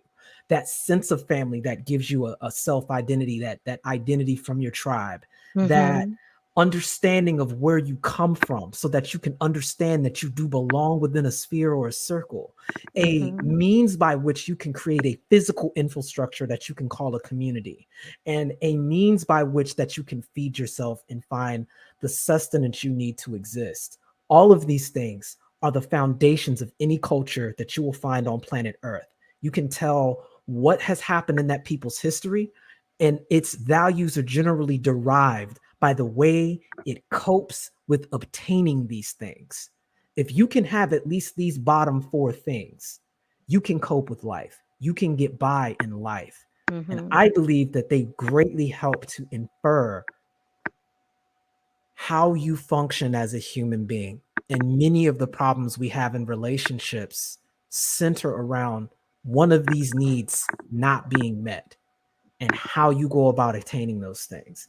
And it has to start with the self. Man, Bars. Oh my listen. bad, y'all. He just listen. The nameless protagonist just dropped the mic. I'm just calling it like I see it, family.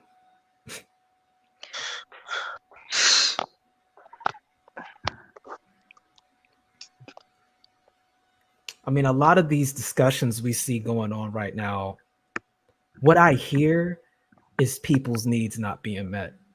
And the response is generally, well, you got to go out and figure it out. And I think that is profoundly misleading. Yeah, Mm. I would say that too, bro, because I just man on my channel I was just talking I told L Nixon that our needs come first before our desires. Mm. Once our needs are being fulfilled completely, overall, I'm talking about overall completely, then everything will fall apart together. You know, that was my perspective of that. You're right, Because a lot of because people. Oh, my bad, bro. Go ahead. I'll say that and I'll let you finish the combo. Hmm. The moment you get through those bottom four, you start getting into the upper tier, which leads into transcendence, which these other higher needs are generally something that occurs naturally that follows, ironically, a lot like the serpent energy. If you listen to what I said, it's the journey of the serpent through the chain of Mhm. control, the Mhm. channel of Yeah. control, leading Mhm. to the crown. Mhm. Oh shit. By my knowledge, oh shit. Serpent. Yo, listen. I've been around since 80 times, y'all. I was there since Adam and Eve. Feel me? Mhm. But look, so look, I'm not for real. No, I definitely agree with you, Saint Nameless. That's why I like what you said though, because like our needs need to be completely fulfilled, Mhm. and then we focus on desires because it goes it's basic, but the thing is, like you said earlier, bro, a lot of people lack on their needs, man. You know what I'm saying? They're so worried about their desires. Now, ancient Buddhism, obviously, you know what I'm about to say, bro. You know, I feel like most people need to become more desireless.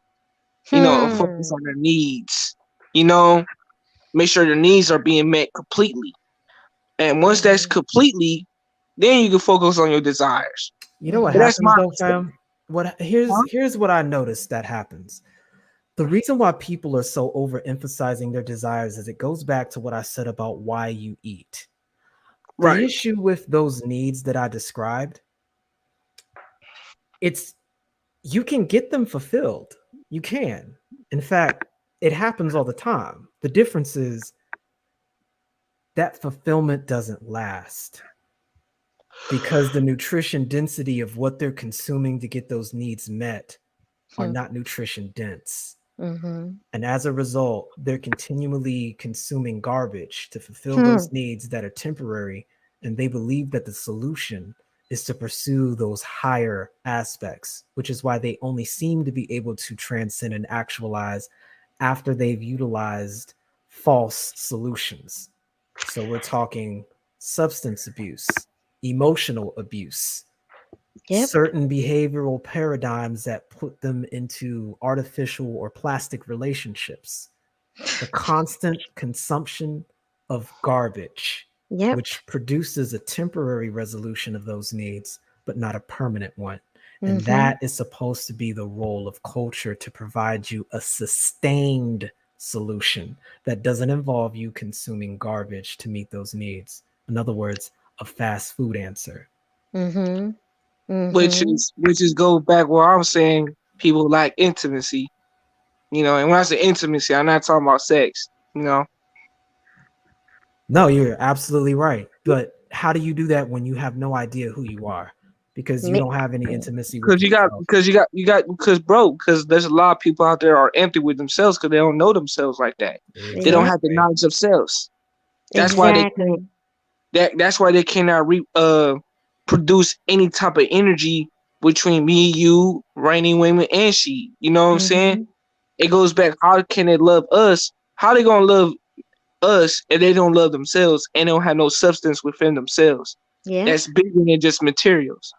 Yep. And that's why everything is always happening to them.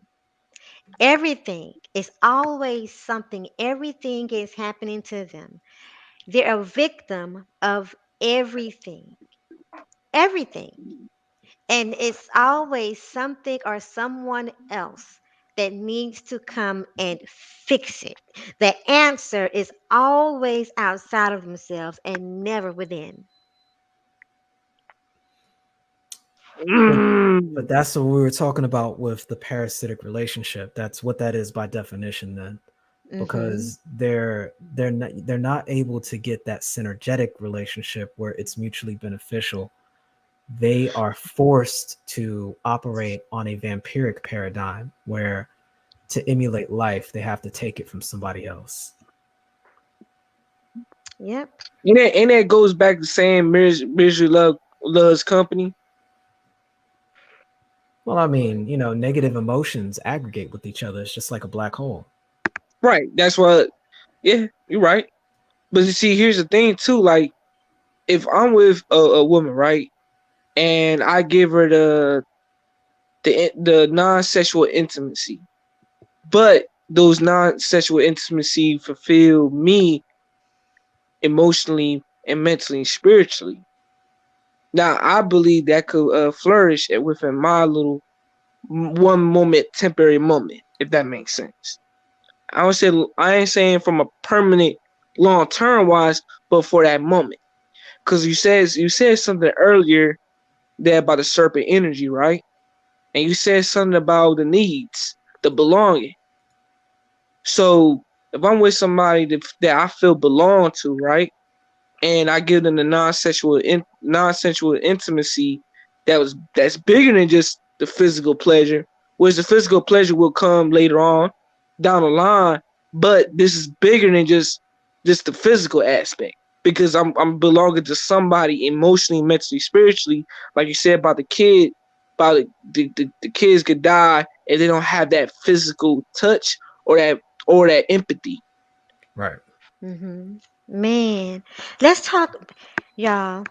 Can we talk about how what's going on right now with the pandemic and the division of the the vaccinated and the non-vaccinated, the separation, the um, the social distancing, right, and the lack of affection that is also setting in because of the pandemic and how that has an effect and will have an effect go- going on further down the road.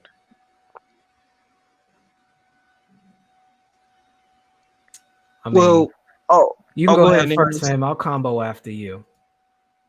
Well, you understand, Rainy. I'll listen. I might have to vent for this for a moment. When the pandemic hit, you see how people were depressed, right? And you Mhm. see how people true colors had showed. Most times people wasn't home most time before the pandemic, right? But when the pandemic shows humanity where it's at. You see where people's minds at. You see how true colors are. You see the lack of empathy they had was within their household. You see the lack of the attention it was receiving. You see the jobs that was losing. Now the vaccination, the vaccine, now that's creating more problems within the households now, because now you're in a situation that now your job and corporations are forcing you to take the vaccine, right?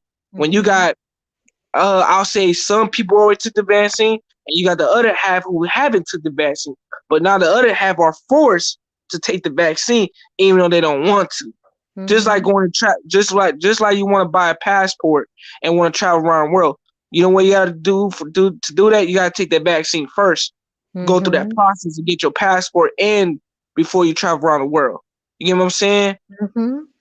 So here the thing is, it is a lot of lack of affection, lack of love within the household. That's one element of it. And you see a lot of people mentally, emotionally, spiritually are not stable. You know, they are very chaotic within themselves, you know, and you see the dysfunction. And that is not only within our community, but you see it everywhere within this Mhm. country. You know what I'm saying?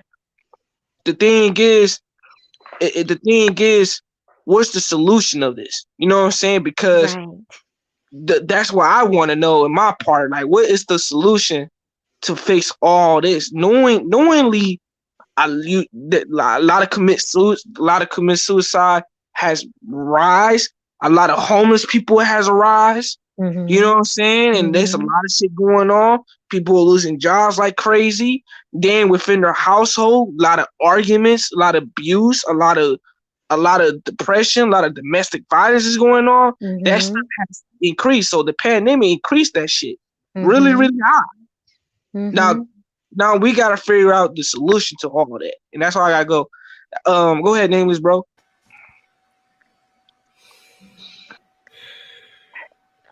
I know you're breathing All hard, bro. this, all this, all this seems to be nothing more than taking a mirror and putting it in front of everybody. Mm. And what happened is a lot of people didn't like what they saw. And then they went back to the coping mechanisms. And what do you think happened? Everything this brother said just now. Everything. All they did Because was, they're in the survival mode. well, that's part of it. But all it did was bring out what was already there because there was nowhere for them to go to distract themselves this time. There were no other coping mechanisms from the outside world that could intervene in getting out of their own way. So they were, for the first time, forced to slow down, take a look at that mirror, and actually process what it is they were looking at. And a lot of people immediately got PTSD from it. Mhm. They And you trauma. know, oh my bad, name. Go ahead and make your point now. Go ahead and say what you're gonna say, and My I'll finish bad, it bro. out. Because this is a great topic. No, I understand, fam. It's no disrespect. Go ahead. I mean, the point is too, bro. Like you said earlier, it goes back to knowledge of thyself. And a lot of people had not took the time to do their shadow work. A Mm-hmm. lot of people were so focused on the wrong things instead of the necessary thing, the necessity things. That was very, very important. You know, just the Mhm. pandemic has showed that a lot of people did not like what they saw within themselves, just like Nameless said. You And you know, saw how they took it out on not just themselves, but on each other. yes. And it's the children oftentimes that suffered who were in a lot of that scenario that I observed. And I'll be real, because I didn't want to go down this rabbit hole, but I think this is just a side effect of, not even a side effect, but it's the precursor to a much bigger issue that's going on. And it's starting with, and I've said this before, and I know Sheed's heard me talk about this before on the Roger Report and some other places online. I talk about the disgendering of modern society. And it goes back again to what I said about there being no equilibrium but a forced equality. And in order to do that, you have to remove the gender polarization. What I mean by that is the hive model being introduced now. In a Hmm. hive, there are no males outside of a few that procreate with the queen, and every other member of the hive is female. And I really want that to sink in. That is the model that society is slowly moving to. And it begins by disgendering the society. And you do that by removing the masculine principle, Mm. dissolving it, and only allowing the feminine principle to move forward unchecked in its shadow expression. Mhm.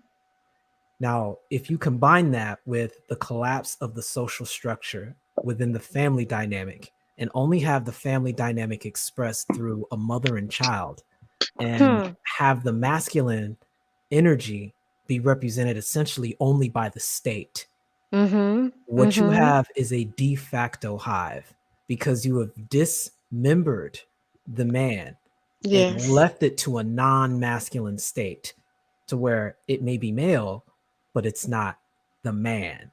And as a result, you're left with a pseudo female. And when you Mhm. observe any hive, that's precisely the capacity that members of the hive operate under. They So this is operate in clusters. I'm gonna finish this thought so you can see where I'm going at with this. They okay. operate in social clusters that form their own hierarchy, not to who gave birth to them, but to the cluster under which they were born under and the very queen itself.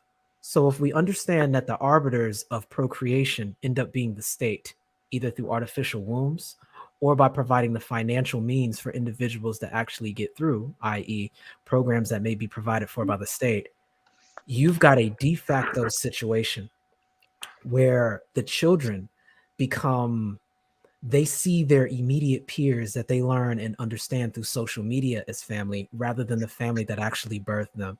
And if you want any evidence of Man. that, you can take a look at most children now, especially the ones that were born in this pandemic. Mm-hmm. They weren't around other children. They were on an iPad learning how to use that before they actually learned how to speak or walk. Mm-hmm. Mm-hmm. And in that stage in their development where they're developing critical neurological connections required for empathy, required for socialization, they're being indoctrinated. They're being programmed to listen to their peer group and the authority that they observe through the internet and their social media rather than the family unit. And it's playing into that hive dynamic. And it is the new social order that we're talking about. And the issues that you observed just now, Reigning Woman, and what you articulated just now, Serpent, are Hmm. side effects of that. They're symptoms of that greater shift that's taking place. Mm-hmm. Mm-hmm. So this is the reason why the queen want to fuck with your boy serpent. There it goes. Well, There it goes. Maybe you got yeah, selected for drone duty. yep.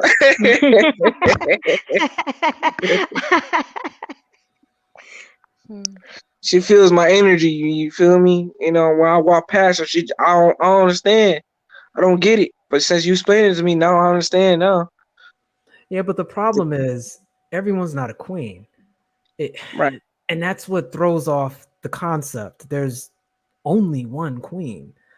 And it's not that you're lesser because you're not a queen. And I want to make that distinction. And I'm speaking purely by function. You know, I use this term equilibrium, and I said this earlier. And Random Woman, I think you've heard me say this before a long time ago too, because I'm very big on roles. I'm very big Mm-hmm. on roles because if you don't have the proper context and the division of an objective within a relationship, it's difficult for you to produce something as a unit. I don't see Mm-hmm. greater than or lesser than with the introduction of masculine and feminine energy. Together, you constitute an institution, and you're supposed to be attaining the creed and the goal of your institution that requires mutual benefit and interdependence and intercooperation. So when I make this statement, Well. when I make this statement and I say that men represent the principle of one and women represent the principle of zero, there is a tendency to have an issue with that paradigm when it's seen through a Western perspective because it Mm-hmm. views things in sets of value of greater than or lesser than. And if you understand that we're not necessarily talking about the individual digits having a numerical value where one is greater than zero, but simply one is one and zero is zero, you Mm-hmm. can then begin to understand what can be created from these two because it's the zero that gives the one context. But what happens is there's individuals that view that paradigm as zero equals lesser than one, which is not Mm-hmm. what's being talked about. And Mm-hmm. so, in the spirit of trying to correct a perceived wrong, the zero makes an attempt to get in front of the one and continues to do so. And what you're left with on a numerical value is nothing compared to what happens when the zero steps behind the one. And you can literally create any number ad infinitum.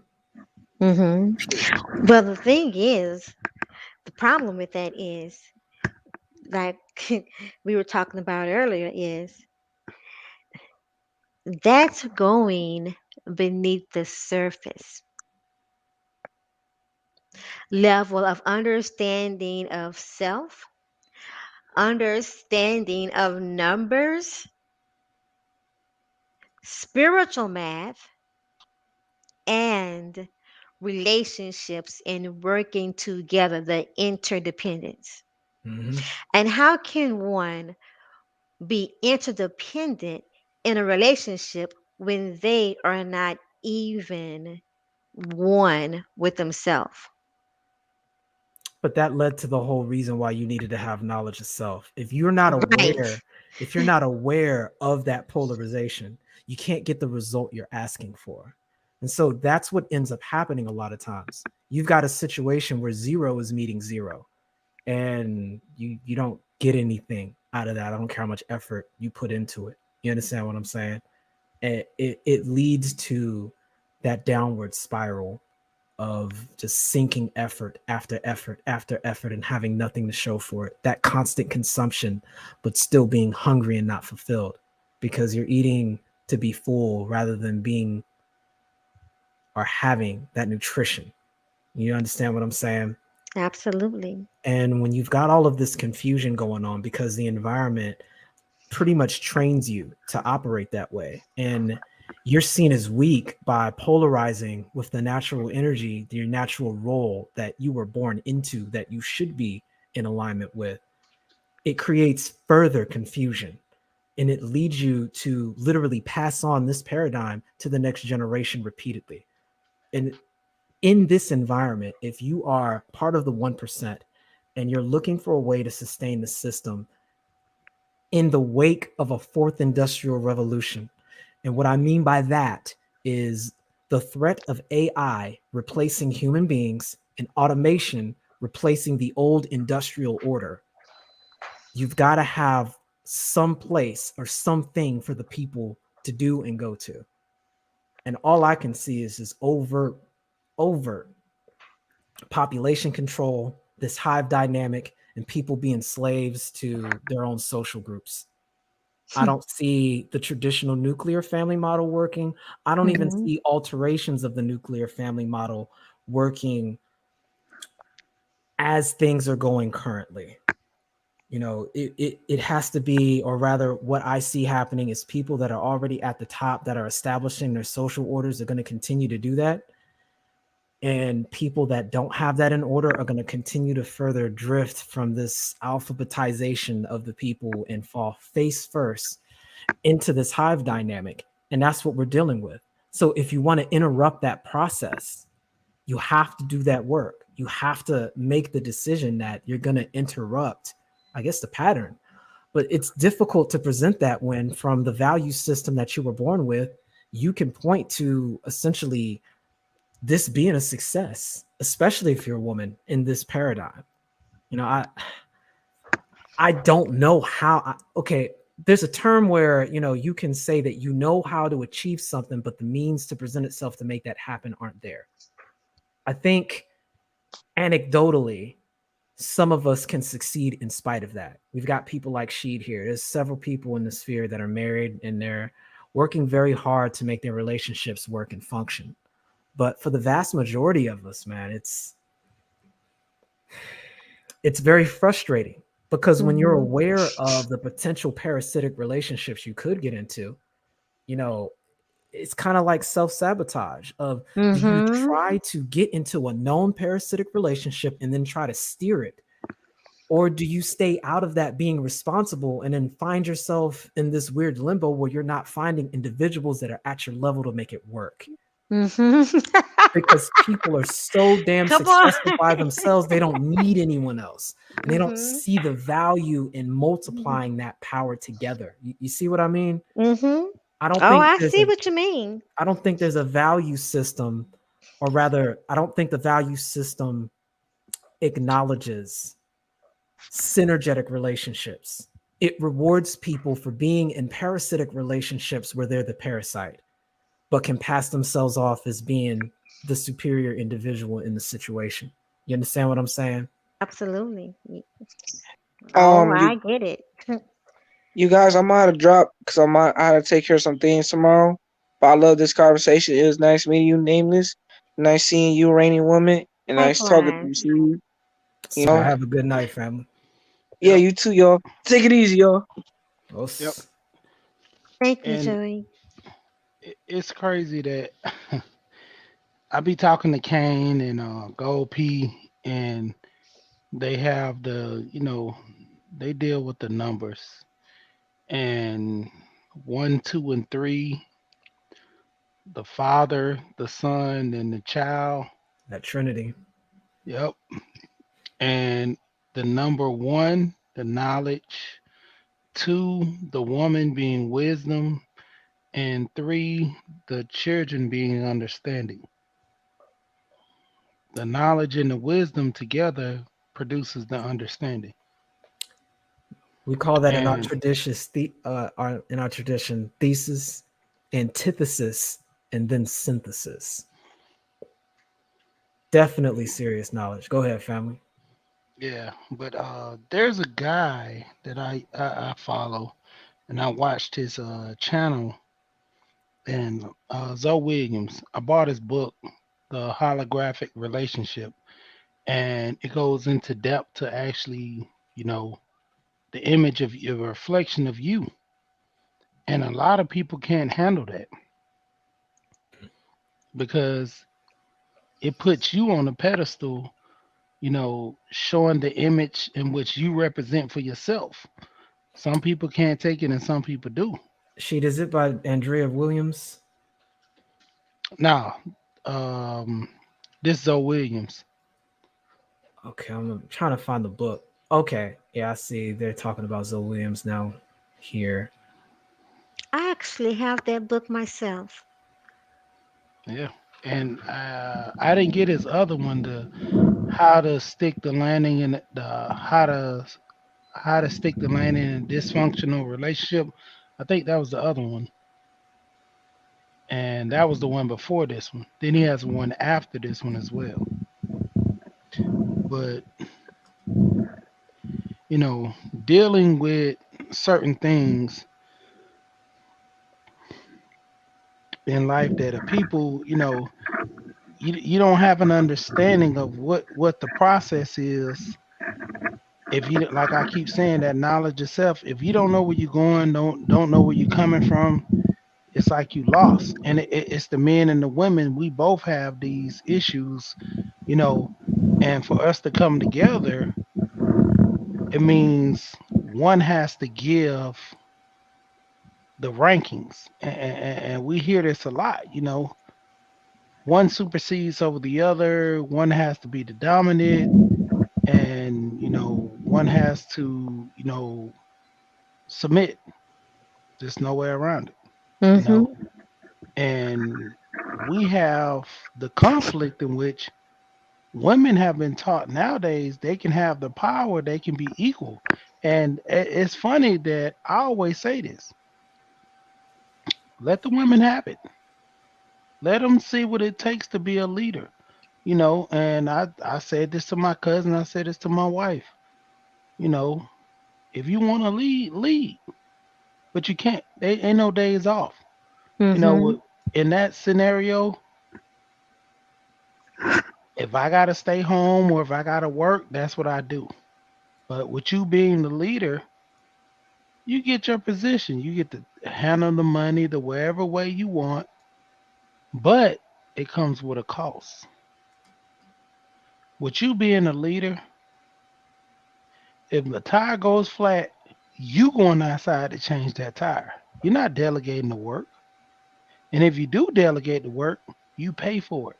Mm-hmm. You pay for roadside to come change that tire. You pay for a guy to come put in that alternator. You come pay for a guy to move the sofas around because I'm not moving the sofa. Mm-hmm. That's the leader's decision to move the sofa. And if you can't move the sofa physically, you go get somebody to do it. You pay for them. That's what men do. Yeah. If I can't move the sofa around for my wife, I can't bring something in the house. It was like 2 days before Thanksgiving. I brought the stove in the house by myself. 2 days before Thanksgiving, brought the stove in the house by myself. By myself. Mm-hmm. Now they said, well, if you deliver, it's gonna be delivered after Thanksgiving. We have it in stock. You can pick it up, and then let's say I did get here and I wanted to get some guys. I had to find somebody at the last minute. Get some guys to, either go to Home Depot, one of those, grab guys, two guys. They're gonna want at least $50 a piece. I was like, man, I do it myself. It's late. They end up getting the stove at like 8 o'clock at night. Most of the guys they tend to leave by like 6, or in my area they leave around 6 or something from the Home Depot. Most of the time, if guys ain't had no job by 12 to 1 o'clock, they not at the Home Depot or other places. They don't work. Mm-hmm. So what are you gonna do? You gotta pay. You're doing everything. You know, if a bill needs to be paid, I'm not working extra hours. You the boss. You make it. Well, I'm gonna dedicate the work for you to work. Nah, that's what the leader does. You're gonna have to go to work, ask them to give you extra hours. Oh, they don't give extra hours at your work? Hey, DoorDash, Uber, they paying, you know, because that's what we have to do. We have to Start figure your it out. YouTube channel. Exactly. Gotta figure it out. And it's funny because most women who are single, they're in that same position to have to do everything and figure it out. But when they get in a relationship, they don't understand. I'm here for, like, most women don't know how to let their guard down Mm-hmm. to have a man. Like, a lot of women don't understand what it takes to have a good man. Like, literally having a good man that say, babe, I'm gonna take care of this. Mm-hmm. She's so in defense mode, she gonna do it anyway. She gonna pay the bill, even though she Mm-hmm. know you gonna pay it. Well, I paid the bill, just give me the money. No, I ain't giving you nothing. I said I'm gonna pay it. I was gonna pay it. So if I didn't pay it, I'm not giving you the money. And the women can't take that. It's to the position to where, why do we have to go back and forth? It Mm-hmm. doesn't end well for both parties. Right. Ultimately Right. ends it ultimately ends with us not being together, and breaking up potentially to be something of a good interest on both parties. You know, I had cousins and aunts, they the same way. They be like, oh, the man want to do this, let me get out the way, I'm gonna let him do this. But this newer generation, they say, why you try to act like I'm handicapped and I can't do this? You Hmm. have a man literally saying, I'm finna pay all your bills. What's your account information? Just give me the money, I do it myself. You don't feel comfortable with someone doing the part to help you out and to benefit you. You want to do it, you still want to do everything yourself. See, the mindset in which a lot of women have been driven to do everything on their own, and when it comes down to them being in a relationship, they can't take it. That's why you Mm-hmm. have this whole masculine struggle of two snakes, a two-headed snake. Yeah. One has to lead. You can't have one snake head going left and the other snake head going right. They're not going anywhere. I call it having two steering wheels in the front seat. Exactly. Talking Exactly. about we gonna take turns driving. No, no. Okay. Right. Yeah, that's what's being marketed right now. I mean, I don't understand. There's a good book from Lisa Mundi. She's one of those second wave feminists that wrote this book, The Richer Sex. And basically, she was highlighting what you were just finished saying. And at the end of the day, even though the idea of equality was being pushed when it came down to the relationship dynamic, women just simply did not find men attractive who were operating in that capacity. They just simply weren't. They couldn't do it. Every time they tried to make it happen, if they were the primary breadwinners, they ultimately ended up being disgusted with the dudes they was with like that. Especially if the dude was acting in a wife capacity, so to speak. Just by the numbers, it just was not working. Women did not respond to that. And then it leaves you back to the question of, okay, well,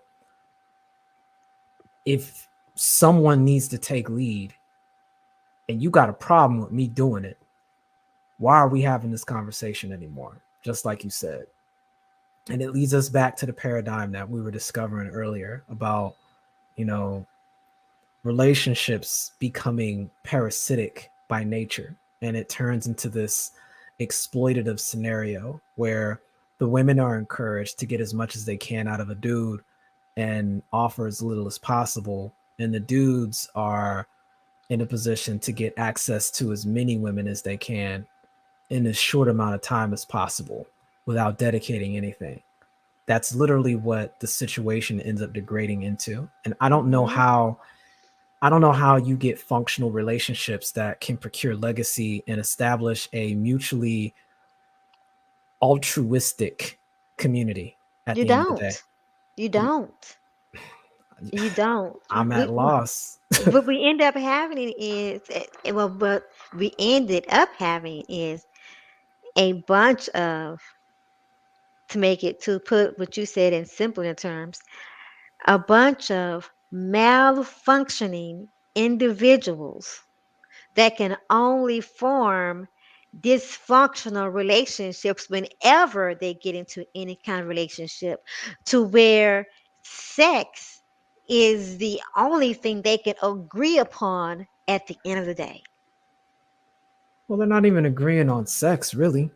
I Hey. mean, one side wants sex and the other side wants financial exploitation. I mean, it's like you see what I'm saying? Like So it's then the crazy. only they can agree upon is exploitation. Right. They can that's the definition of a parasitic relation I was talking about Yep. earlier.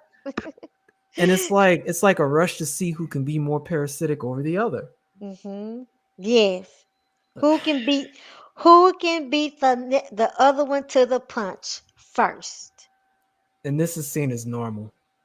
This is the new normal. So all I say is welcome to the hive, but I make mention of that and it makes it sound like I'm trying to be pessimistic, but I'm not.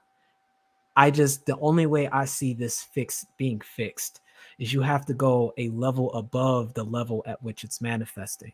Meaning, if the environment is a superposition of the civilization and the culture, you have to make adjustments to the culture. And the only way I know to make adjustments to the culture is to address the seed that it grew from in the first place. And honestly, that's the religion. Hmm. And when I Mm. look at what's the new religion now is technology.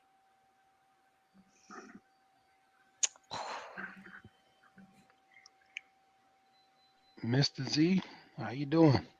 Hi, What's Mr. going Z. on? Welcome to the What's conversation. what's Os. going on? What's going on? What's up, y'all? Um, um, yeah, man. So She Nameless got was us hitting, here. right? But you know, Nameless is hitting on something that I kind of covered with the radical feminism video I covered, and I think we're just living through a transition period. So Yep. it's it really is okay. Me and DC had this conversation. I think it was on Art New Styles channel, and BGS was speaking on it also, and we were saying that a lot of a lot of women are following down a road. They think they know what they're doing, and it's very insult. I'm not trying to be insulting, but it's going to come off insulting. They think they know what they're doing, so they think they're doing the things they're doing because of anger, because of who didn't want them in high school. Y'all notice I always go back to that, right? Because it usually be that.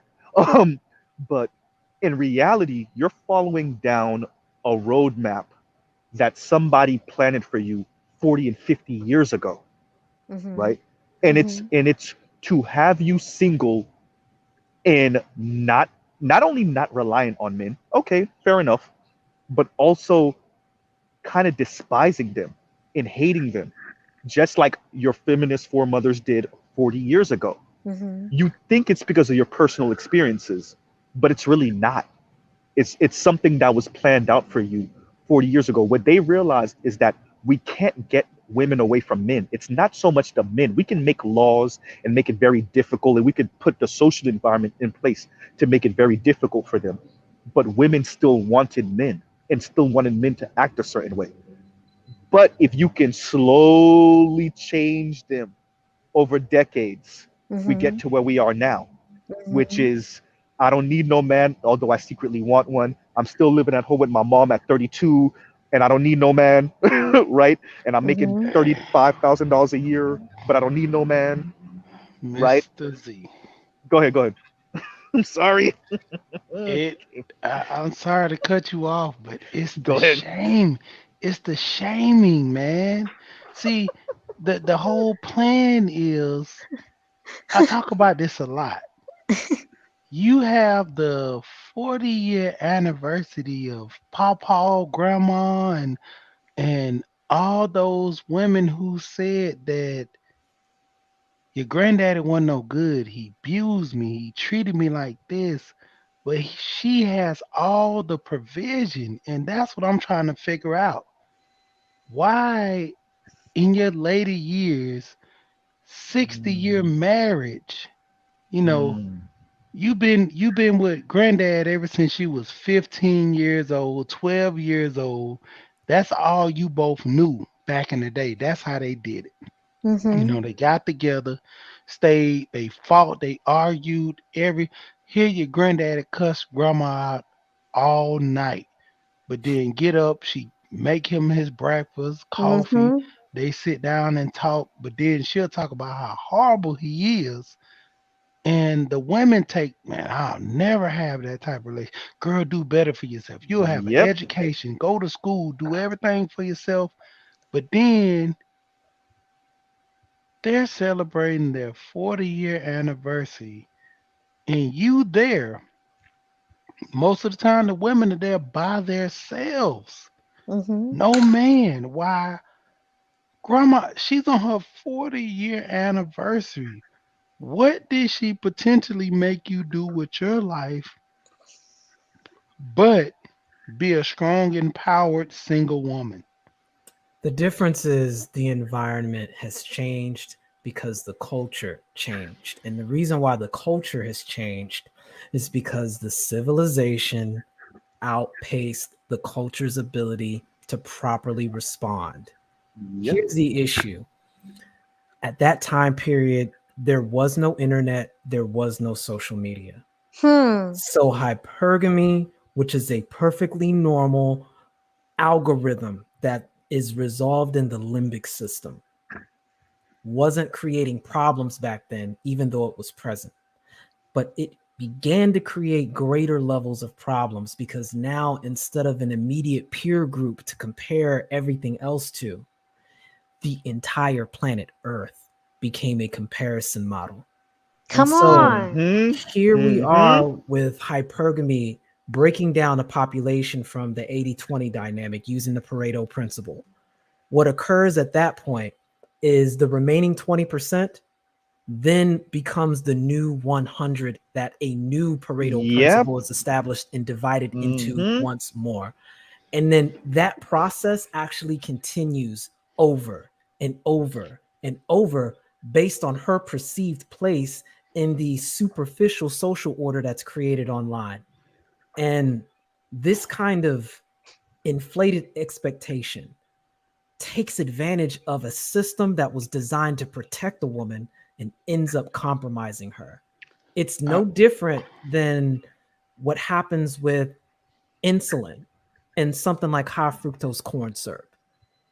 At the end of the day, the your insulin levels, your insulin in general is a critical hormone that allows for other hormones and processes within your body to function. Without it, you basically die.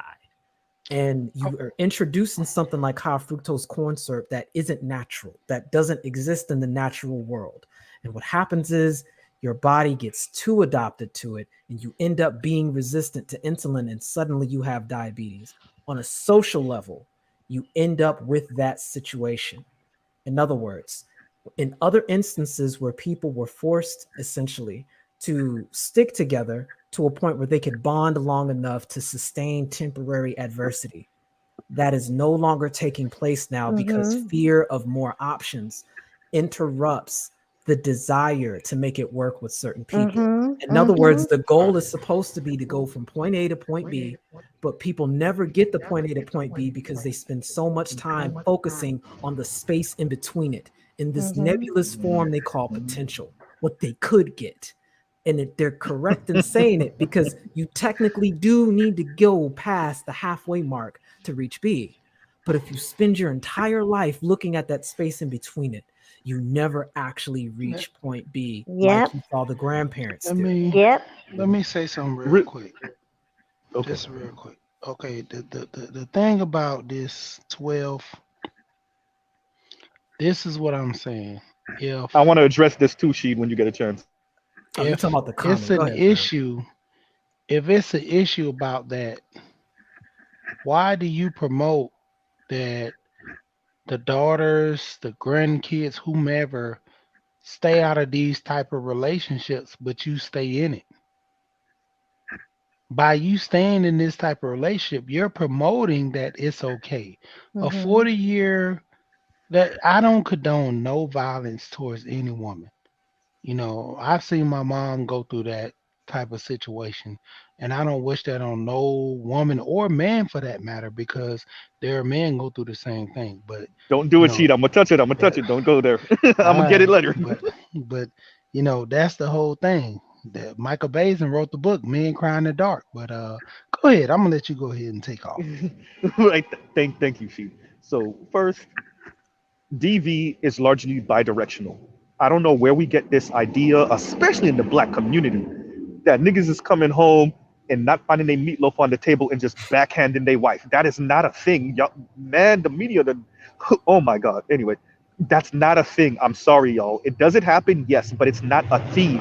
I don't know, and excuse my Mhm. background. I don't know where we get this color purple ass idea of of of men coming home and just decking their wife in her like that's not a thing. Number one. Number two, women initiate the majority of DV incidents. That's a fact according to the CDC. That's a fact. So I don't know where. Once again, where are we getting this idea? And I'm not saying men are some innocent little dainty creatures. What I'm saying is that women aren't either. Where do we get this notion that men are coming home and just where my food at? And just uppercutting their wife or their girlfriend or their baby mom. That's not a thing. It's not. Like Well, you already number one. said you already said Go ahead, where go I ahead. was coming from. Yeah, Here's what yeah, I'm gonna yeah, I say did. because I'm getting the sense of a lot of second wave, a lot of later era, early third wave conversations with this. This is why I speak about social dominance order. Yes, men run society, period. The reason why women have rights is because men provide them for women. The reason why we have a moral justification for women to be protected is also by virtue of men running the system. And a lot of the failure happens from men not being in a position to perform the role. Now, there's also a mutual societal component that goes along with that that's ran by the culture.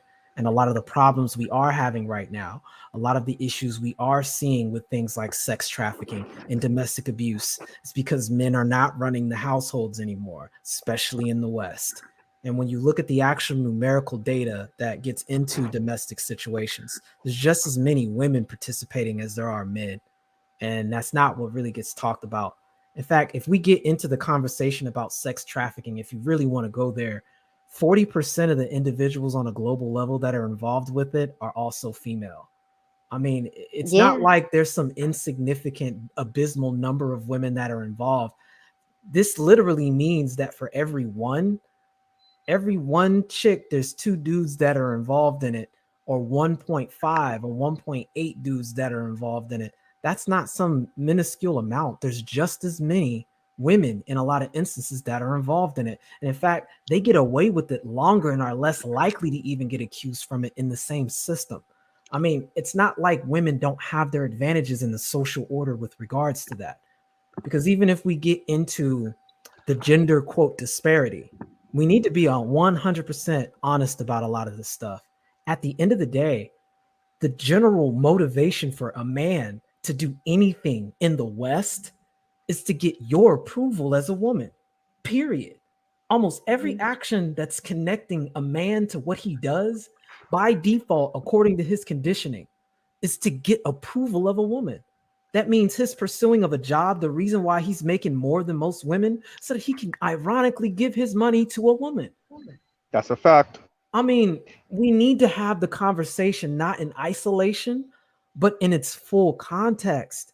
I mean, we're not your enemies. You're not my enemy. We are Mm-hmm. literally in this together. We really are. Right. And Right. it's so unfortunate that we lose the context by getting caught up into this greater than Hmm. or lesser than context. And all of that slips through the cracks when you begin to look at this through this lens of Western society that Yurugu presents, this concept Mm-hmm. of object and subject.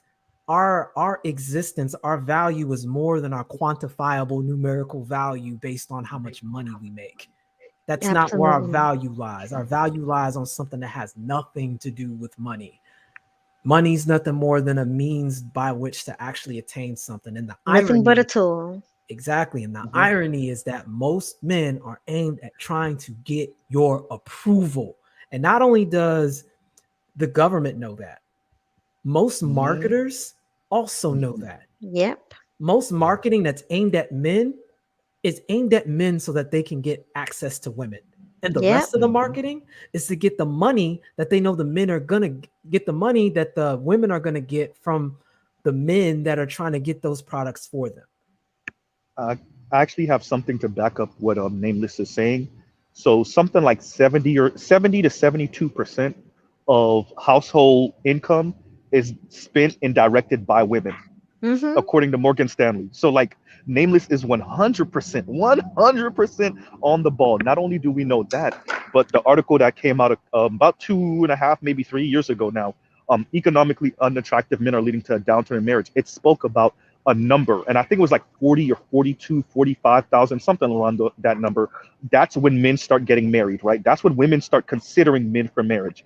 Everyone under about 40, every man, excuse me, under about 40 grand, he's not desirable. So, and there is no number for women, by the way. So this speaks to exactly what Nameless is saying, where it's not it women do have a privileged position in this society.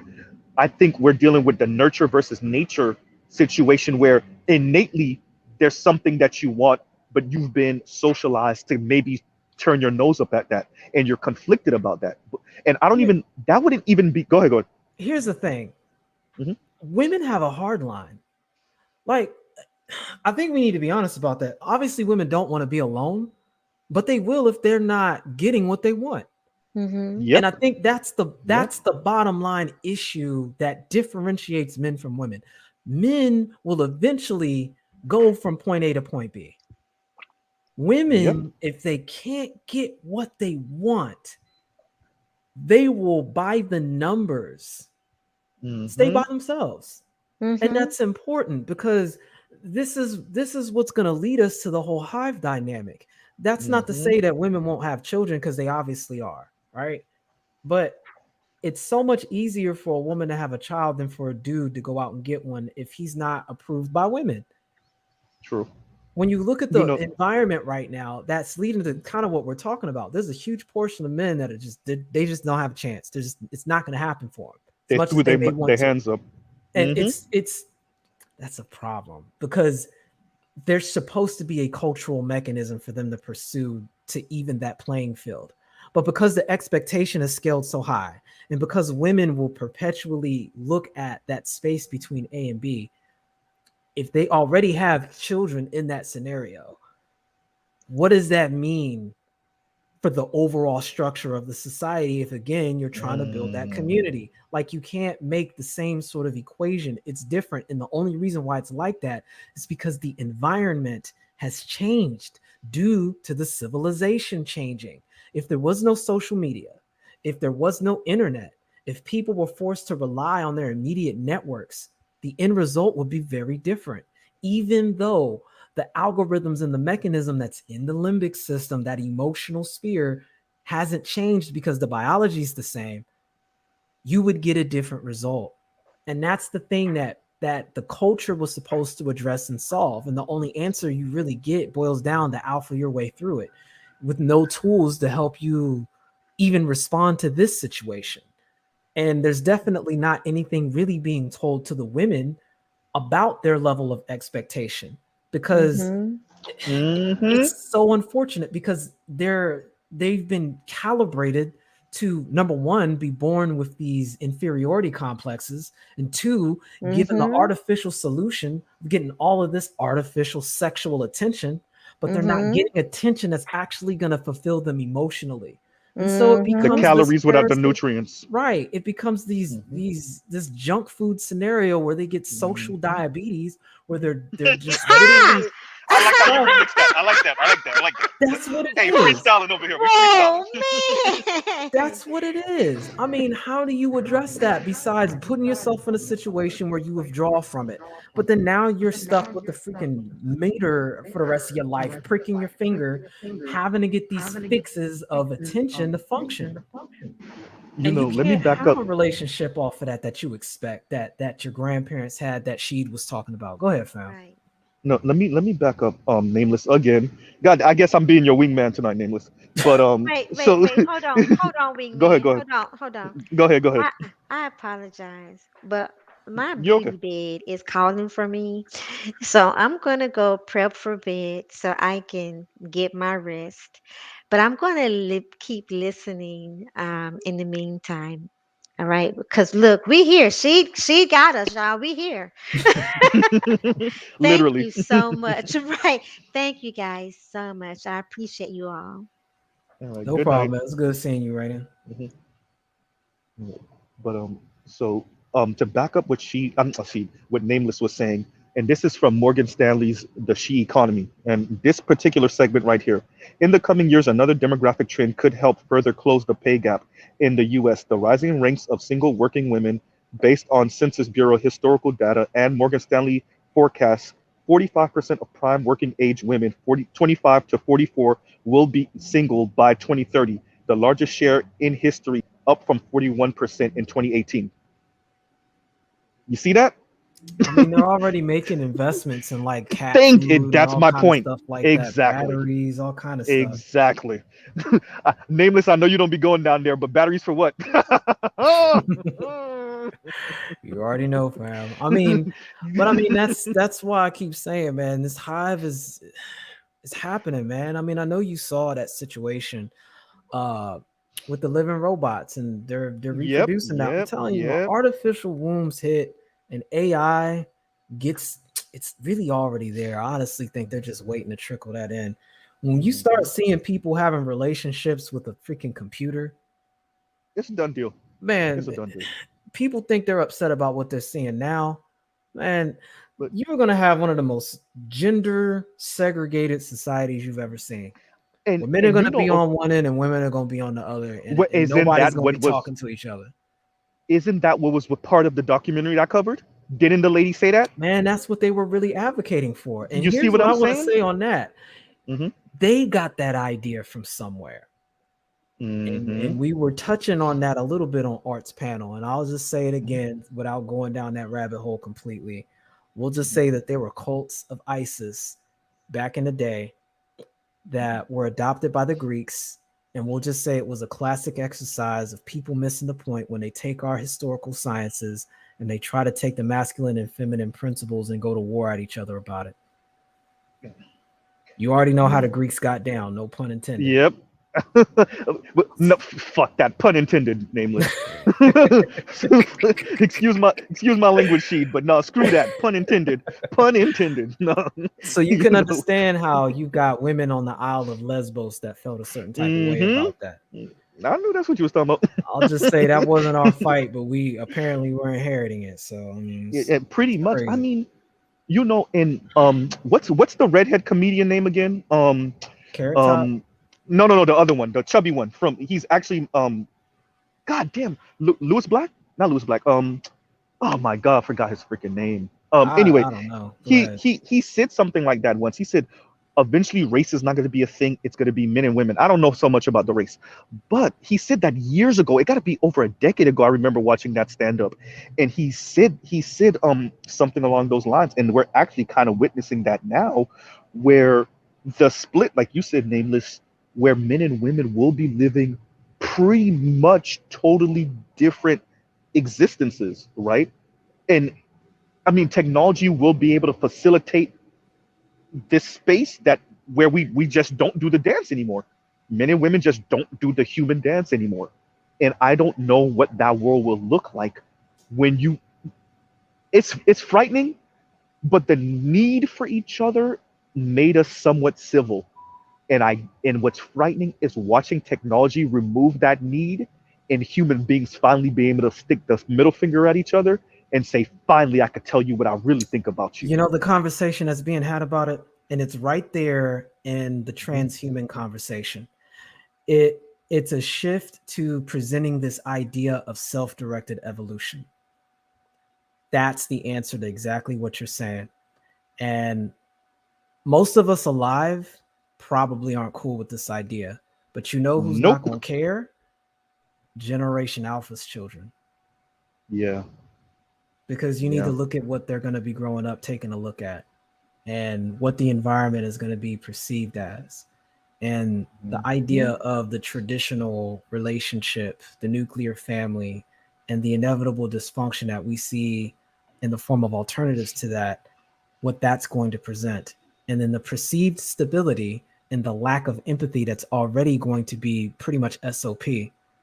How you Mm. get a society that purports the idea of self-directed evolution. Now you add that to artificial wombs, being able to decide your genetic traits on a phenotypical Hmm. level in a lot of instances, augmented by nanotechnology and plugged into a neurological network that you're going to be conditioned to deal with in the womb. Mm. And what do you have? You You've know, got you've got your own legacy. Why? Because you're going to be able to take your own stem cells and indefinitely reproduce yourself. for eternity. What the hell, That's right. what kind of answer does the culture have to something like that? And this is None. something that we're going to see mainstream in 50 years. You know, okay. So we're saying that, nameless is something that you. This is what I actually now remembered. This is something that you said about 15 minutes ago, and this is what's. I think this is like what's. It nags me to no end, as a working class man, right? I'm okay. I'm in a relationship. It's really serious, but I understand that it could fall apart tomorrow. And I think what really nags at me is the thought, and you were something you were speaking to earlier, that normal, everyday, average dudes are being priced out of engaging in one of the most basic and fundamental human activities ever, which is reproducing. It's the most basic thing, period. And this idea that you have to be some uber baller, or you have to not even we're not even in the place of being content anymore. You have to make her so insanely comfortable for her to even consider a relationship with you. I don't Even though I'm not in that situation, it still nags at me to no end to think that so many men, regardless of race, in this particular conversation, are being like kind of priced out, of this. And I covered this also in one of my videos. In like in the short term, at least, I see that screwing women also. And it speaks to what you said, like, if I can't get what I want, then screw it. And I'm like, you say that, and you might even actually act on it. But are you willing to deal with the actual misery that comes with that, the sense of loneliness that comes with that? The double D batteries that you're gonna keep on running out of, or maybe AAA batteries you're gonna keep on running out of, that comes with that, right?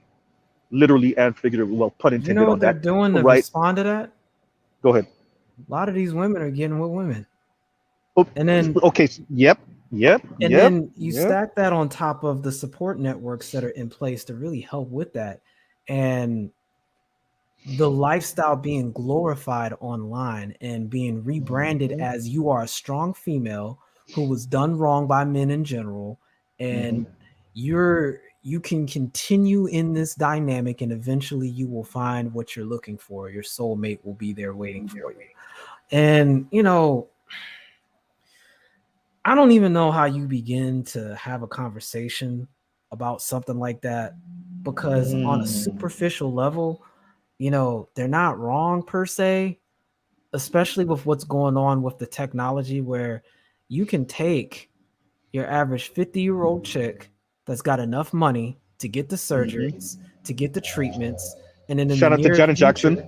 well, yeah, and then in the near future, getting the life extension surgeries, and then getting the nanotechno technology treatments, getting the gene therapy, and then now you've got this chick who can use makeup sorcery, all of those things I mentioned, and look like she's in her late 20s for, you know, however long she wants to. What is Hmm. that going to do to the social order? I brought this up to you before, man. Like Hmm. the building blocks for that are already in place, and even though Yeah. they may say, like, let's be real, you got a lot of young women that are just as miserable as the younger women are. That goes back to what I Yeah. said earlier before I think you got Yeah. here when I mentioned about people's needs not being met. You can't Yeah. outrun your needs. I mean, if Yep. you weren't fundamentally meeting them when you were younger, it doesn't magically fix themselves because you just got older. You know, Yeah. it is a fundamental requirement to have those needs met. So if you can't, then what you get are these jacked up shadow expressions of taking them from somewhere else. And that's the new normal. Hmm. And with this new support network, you're provided with Can I a, pause you right there, Nameless? yeah. What does taking them, and I don't know if you said this earlier, my apologies if you did. What does taking them from somewhere else look like for men and for women? So each other side or each side. Well, for women, if there's a need for attention, thought culture is the response to that. They get an approximation of it easily by simply presenting themselves in a sphere where they'll be noticed. And under the guise of sexual liberation, they're able to take their femininity and monetize it into attention. And because it's a sexual attention, it's scratching a particular itch, and they can avoid the shame that's supposed to go along with that by presenting the idea of avoiding, quote, shaming language for being this way. And as a result, they are able to get the attention that they didn't receive in the upbringing phase that created that need in the first place. And when you've got other women that are supporting that, and it can be aggregated by dudes who are looking for a measure of validation by getting approval from these same chicks, it gives you the thought simp dichotomy. And that becomes the recommended relationship model or whatever. Well, yes, because Hey, it's Mhm. what's brush that out. Don't advertised come. by the industry. You know, you've got the entire marketplace adjusting itself to accommodate that format. Most of marketing is geared towards that model, which is why it's encouraged by most of the major social media platforms. I mean, case in point, they were supposed to, they were going to put themselves in a position to take down OnlyFans, but when they realized how much money was about to go bye bye from that and how other platforms were going to make their come up on that, they reneged on it.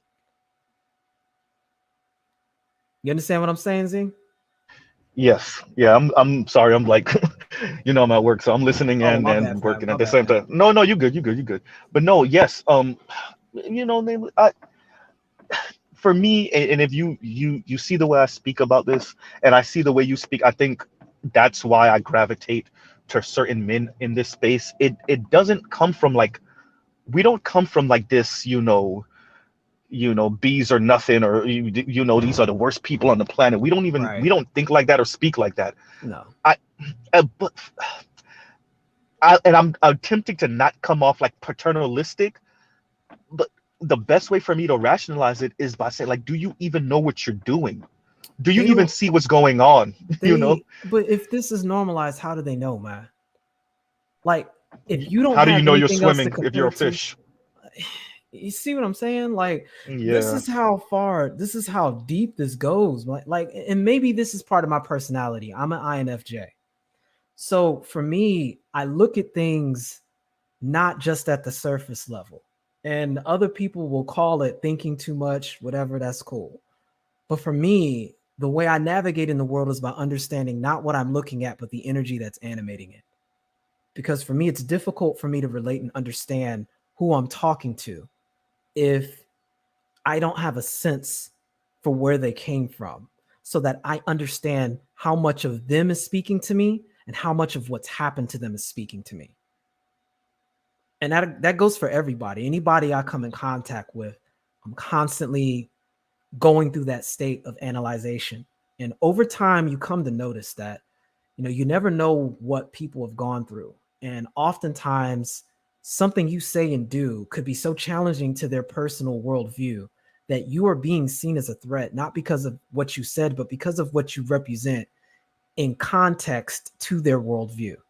And while this is supposed to be something that adults address over time, everybody doesn't have the self-awareness that they're even doing that, because it's just automatic. It's in that limbic system. It's part of the emotional part of the brain that feels the world around them rather than rationalizes the world, which requires much more brain power in the prefrontal cortex and a lot more focus and concentration. So, at the end of the day, you have to look at how people are being brought up. And when you understand what was done to you and why, a lot of this information stops becoming so personal, and it's not a matter of taking this scenario as an attack on you personally, but understanding that it's the result of various things that have happened to contribute to the environment you're in. And with that knowledge, you now can maneuver correctly and with the correct amount of emotional investment to get the result that you want. And I think that's where we run into the issue. If you've got people who aren't used to looking at the world that way, and they only see their worldview as what is, period. When you present something that threatens that, it's going to be attacked. And the only rationale they can come up with is you must hate women because you don't agree with this paradigm. And even though you may be saying these things, looking out for their best interests because you actually want to help, you're seen as a threat. And you're going to continue to be seen as a threat so long as they're operating on that paradigm. So it's important to have the conversation in the correct context so that you can make decisions that are best for your life, rather than have these bits of information end up being transmuted into what people will call excuses, when in reality, a report is nothing more than a report.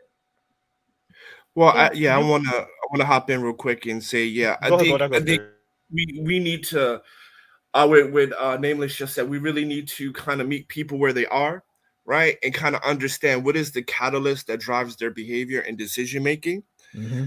And like when we talk about when like one of the critiques about black women in this space is that they're overweight, but a lot of that overweight and obesity has a lot to do by the negligent of their parenting, right? Mm-hmm. And your eating habits and things like that are based and cemented fundamentally in your formative years, Yep. right? Yep. And now if you're approaching a woman in her late 20s and 30s, it is extremely hard for her to change, right? Because when we look at the health industry in general, because I want to start doing health type stuff as far as the next business thing I want to do, there's a Hey, get 90% at me failure. on that when you get time, fam, but go ahead. Okay, yeah, there I will do. There's a 90% failure rate. Oh yeah, the Diet, conversion. workout, there's a 90% failure rate, right? 90% of people who try to lose weight in their adult years, 90% fail. 90% globally. Mm, So the thing about it is, it's just that I think that we need to have the uncomfortable conversation. And I think we need to do things that the dating market before us, well, before maybe you guys, because I'm a bit older, right? But I'm almost out of the dating market. The dating market before us did have standards, right? So what I mean by this is like this. Instead of complaining about black women being overweight, just only date and deal with black women who are not, right? Date the vegans, date the yoga instructors, date the holistic women, right? And instead of dating single mothers, just date women who don't have children and who didn't grow up with single mothers, right? I think a lot of this can be corrected just by actions, your individual agency, right? And I do like when Nameless mentioned before, we talked about changing the environment. Now, as a black mhm. man, it's extremely hard because we're only held liable, not even responsible. You Right. know, when black women are talking about, oh, you need to hold each other accountable. That is code word for you're only activated, right? We only push the activation button when there's a problem. You know, Right. that's the code word. But if the aggregate start making better personal decisions and have better standards, you know, it would permeate or ripple out to the rest of the pond if you throw a pebble in there, right? If enough pebbles go in there. So I think moving forward, especially in 2022, as we look forward, as the Black manosphere has been gaining so much popularity, because you're seeing so many people outside of our community, whites, Asians, all talking about the ills of the dating community, and a lot of their talking points come from here. So as we move forward, we kind of have to do something that a lot of people are not uncomfortable with, right? We have to start thinking about what do we want to achieve in 2022, and how do we want to communicate that message. And we might have to communicate that message to our own people first, of course, but also to capitalize on the interests of others, because there's money on the table. And I'll close with that. I can I co-sign with that. Mhm. Uh, Z, go ahead and I'll combo after you. No, no, man. So we ain't signing. I was gonna call you Swim Champ, but we ain't. Man, I completely agree with that. I completely 100% agree with that. Everything from the, choosing, you, so what Nameless said is true, and he says it all the time. It's not complaining; it's a status report, right? And so, now that other people are interested in their status report is either looking similar to ours or it's not that far off, right? They should have been copying earlier since the freaking 60s. Maybe they would have stopped. Maybe they could have helped stop our shit and not deal with it themselves, but they were too busy being racist. Um, so there's that. And also what you said about the upcoming few years, as this bites into other communities, they're going to be seeking answers, right?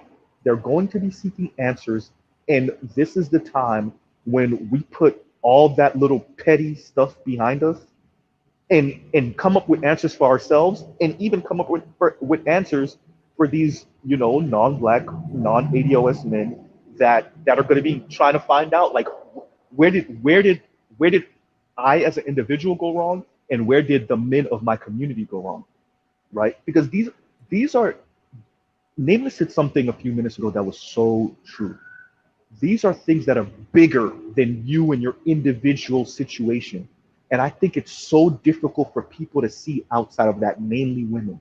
There's a reason that y'all, like, I came into this space with this trope, with this high school trope.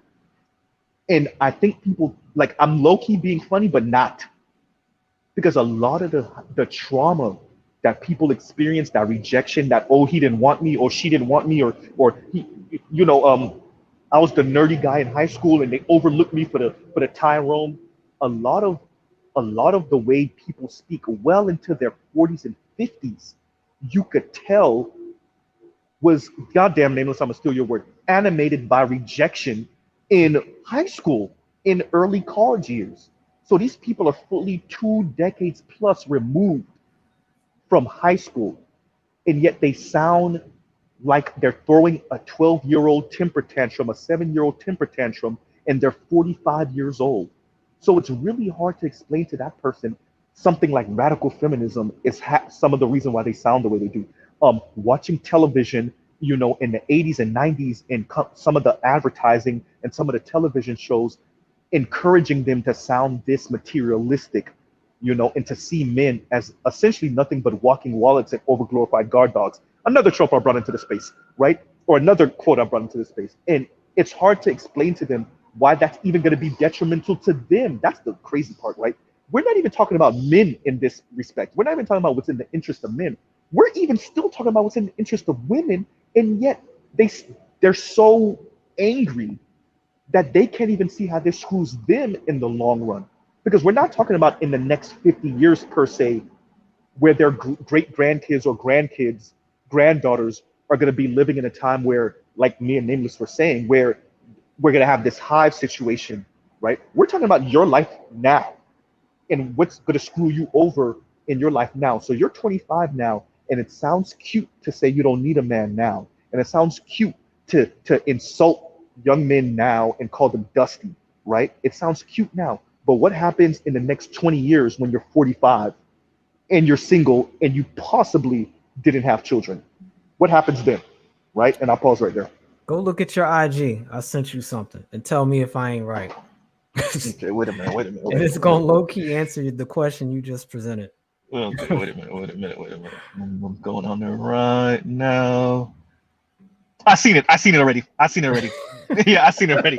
Yeah, my boys. I'm in a group chat. My boys shared that shit like 2 days ago. A day or 2 days ago. Yeah, I seen it. Yep. Tell me I'm not wrong. It ain't gonna be the You're main no, one. you're right. You're right. You're right. You're right. Oh You're right. man, they be killing me with this, man. I mean, it's Man. like that's that diminishing returns, and all that is at the end of the Yep. day is that attention I was talking about, man. That's how Hmm. that's expressed in its shadow form. You know, when people's needs aren't being met, that's the kind of behavior that takes place. You know, if you're not going to get it naturally from the environment, you're going to take it. So ultimately, you know, just like we ain't signing the sand, you know, we're going to have to regain initiative of the culture. And ultimately, my solution to that is getting control of the cultural seed. You need to reinstill an entirely new set of values for yourself and be willing to address the failures to address your needs on an individual level and create at least a household culture that will provide you with what you need so that you can meet your goals long term if that's what you're looking for. And it can be something as simple as I just want peace in my immediate environment and to have what I need to get by day to day. That's a start. That at least puts you at the first four levels. If you can maintain a measure of autonomy. And from there, I mean, it's going to be an all out war with not what's going on with the Industrial Revolution, because Generation X was the final casualty of that. The millennials on forward are about to be casualties of the fourth industrial wave because they're going to be completely made irrelevant once it moves forward. I don't think there's an answer that millennials, zillennials, alpha, or beta have for what's coming on with the fourth industrial wave. Not as it stands. Whatever solution is there is going to have to be formed by an active, aggressive attempt to resist the negative effects that the technology is going to present to the environment. And it's not going to be about feminism, men, or women. It's going to be about artificial intelligence, eugenics, and an overall replacement and infringement of automation on the way of life of human beings. And a question Yeah. of how do you form a life going forward when everybody is moving to a decidedly socialist model of universal basic income and you're faced with rapid stratification and you're being gentrified out of your own existence. But go ahead, we ain't signing. Yeah, I wanna touch on that a little bit. Like people really don't understand is that the idea of relationships, the idea of community, the idea of interaction probably within the next 5 years is going to look completely different. Yeah. Bruce Willis did a movie where everybody's a robot, right? Actually, the real life person is in the home, and everybody interacts through their Seen it, loved it. right. That's coming. That is Yeah. here, That's right? Facebook. That's Right. Facebook. That's That's Facebook. That's IG. metaverse. There's Yep. Zoom stuff like that. There's a reason why. There's a reason why people are not going back to work, and now you have your home-based offices. There's a reason why now there's hookup culture and things like that. The whole idea of relationships is gone. The whole idea of having a boyfriend and girlfriend is gone. The whole idea of marriage is gone. You know what Right. happened?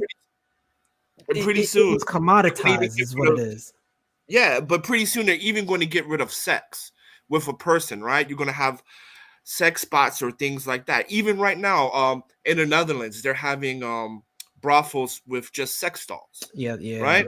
Yeah. The Seen because it. and it sounds crazy for us, but for Generation Z and Generation Alpha, that's appealing, right? Because they are extremely under socialized. They have underwhelming social skills, extremely underwhelming social skills, right? Everything is tablet, right? They're born into a world of tablet, Yep. so populations going to plummet, right? Interactions with people are going to plummet, right? Now work is now in your home. Do you guys realize that one out of every four marriages back in the day, either well, majority of marriages you either had was from university or work, right? That's That's a how fact. people paired up, right? That's how people paired up.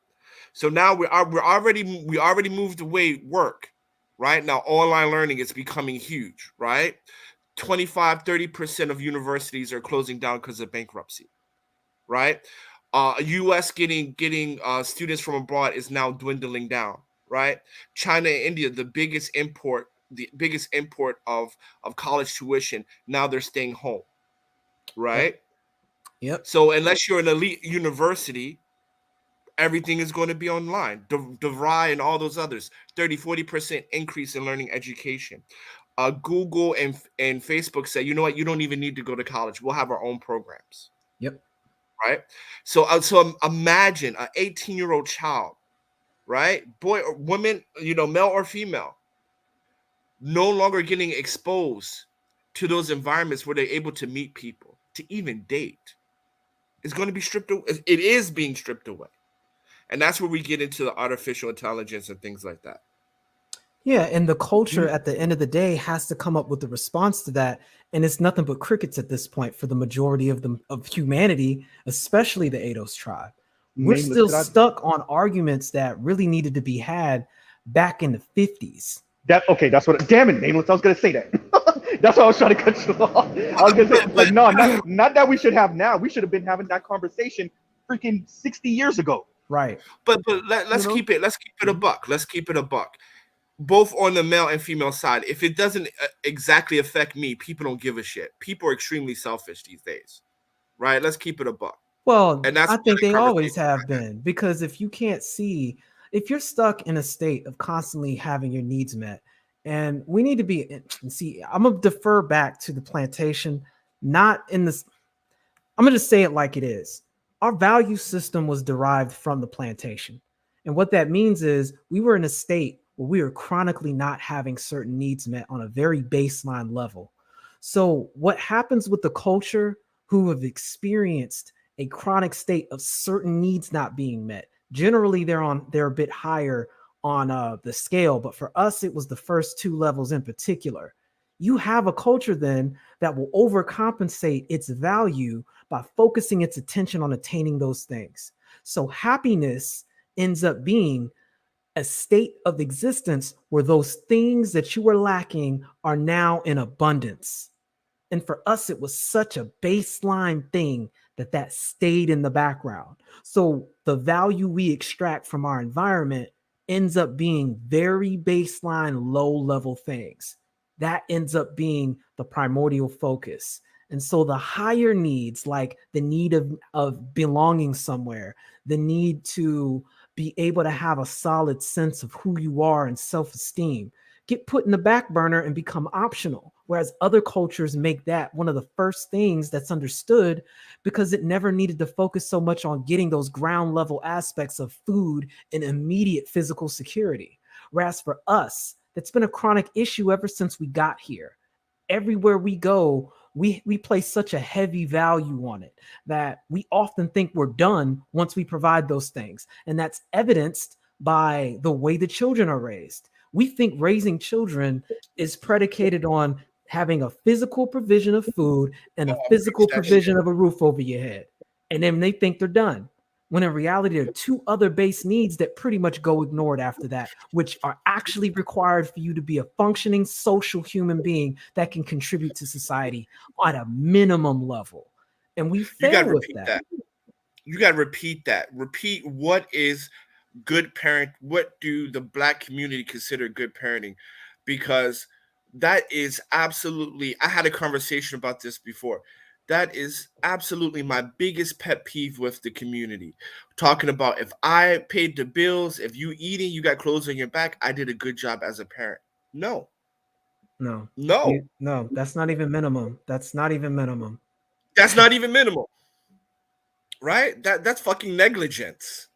And no wonder, and that's the real reason why you have black boys reading below their grade level out in California. But I say that goes back again to the culture, because the irony is, it's gonna be fucked up saying this. And Z, maybe you can co-sign on this. I think if you take most black children that are in a scenario like that and you bring them to a third world country, and even if the living conditions are at a lower tier, that those children would be happier because those other needs would be met with a sense of belonging and having a measure of self-esteem, and they would have the potential to actually be more, to contribute more to society, even if there was less food available and the living was not as physically secure. That's a fact. Man, I don't want to say this, but I think it needs to be said, or it needs to be asked. Let me, because I want to tread lightly, because there are a lot of good black parents out there. But I'll ask this: do you think black people know how to parent? The average, in general, I don't think like, so. I think our values are overemphasized on those bottom two tiers, and all I see is plantation culture being copy and pasted, and people don't realize it. They think right, it's not that someone's over their head whipping them, right? Like, we're not talking about white supremacy.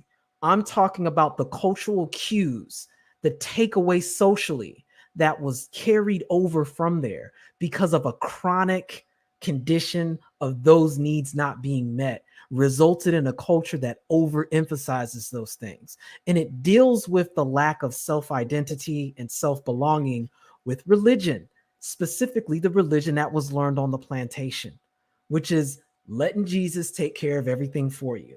And so there oh is my god, absolutely no initiative oh my and god. sense of getting out of slave morality in this whole conversation. And it results in literally creating servants every generation in an environment that is probably the most conducive to obtaining power in the history of planet Earth. It's You absolutely know, insane. real And I, quick I, I before you want to go, highlight something here. Oh, go ahead, go real, ahead. I real, want to real, highlight no, something later.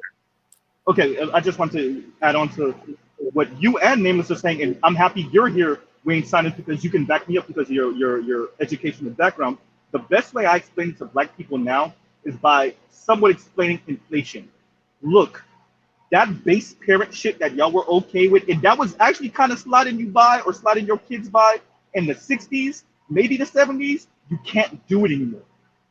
That's baseline, and it's going to exactly what you and Nameless are speaking of. I don't necessarily get on them for things pre 19, let's say 1995, 2000. What I'm telling my contemporaries now who have young children is we can't raise our kids the way our parents raised us and our grandparents raised our parents. It just won't fly if you don't want your kid to be baseline, barely making it, then you damn near got to be a super parent. What you used to think was a little too much coming from white parents in the 90s, that's baseline now. And that's how I explain it to them, just by kind of explaining how inflation works and how this is the new normal. And if you can't meet that new normal, then you're pretty much resigning your children to working for the power elite for the rest of their lives, and then your grandchildren for work, if they can even get a job, for the power elite for the rest of their lives. And I'll pause right there. Well, I want to I want to highlight 2 points. So the first point I want to highlight is the bare minimum. I believe namely said the bare minimum. Oh no, Jesus take the wheel. And I've shared this situation before where I dated a woman from Kenya.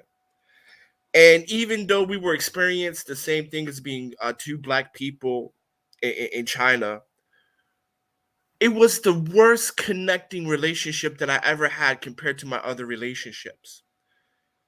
And I even told her that once. I was like, how can we be of the same race and same experiences, but we have an abundance of arguments? We're always butting heads. But then with the Asian girls and the Arab girls, things are smooth. Because there's two needs. There's the cultural need, which everybody kind of propagates and put on a pedestal, saying this is the forefront. Then there's needs as a man and a woman. The other races of girls knew how to approach and appeal to me from the aspect of being a man. They were very versed and skilled at knowing how to communicate to a man as a woman. And because I lived in China, like, I understood the culture 16 years, right? And so I understand how to communicate to them, right? So it went smoothly. And a lot of times when action needed to be taken, I would take the action. But with the black girl, she was like, well, you need to just kind of pray about it first, let Jesus take the wheel on it. And which meant don't do anything, right? Don't do anything. And I laughed, but it was extremely frustrating at the time, right? And I think I apologize to Christians, but Christianity has made us lazy as people, right? Because it took away the self-agency of being confident in myself and making right decisions and coming out on the other end of the tunnel successful, or at least okay. Or if I'm not okay, then I have confidence enough in my ability to make it okay with persistency and learning, right?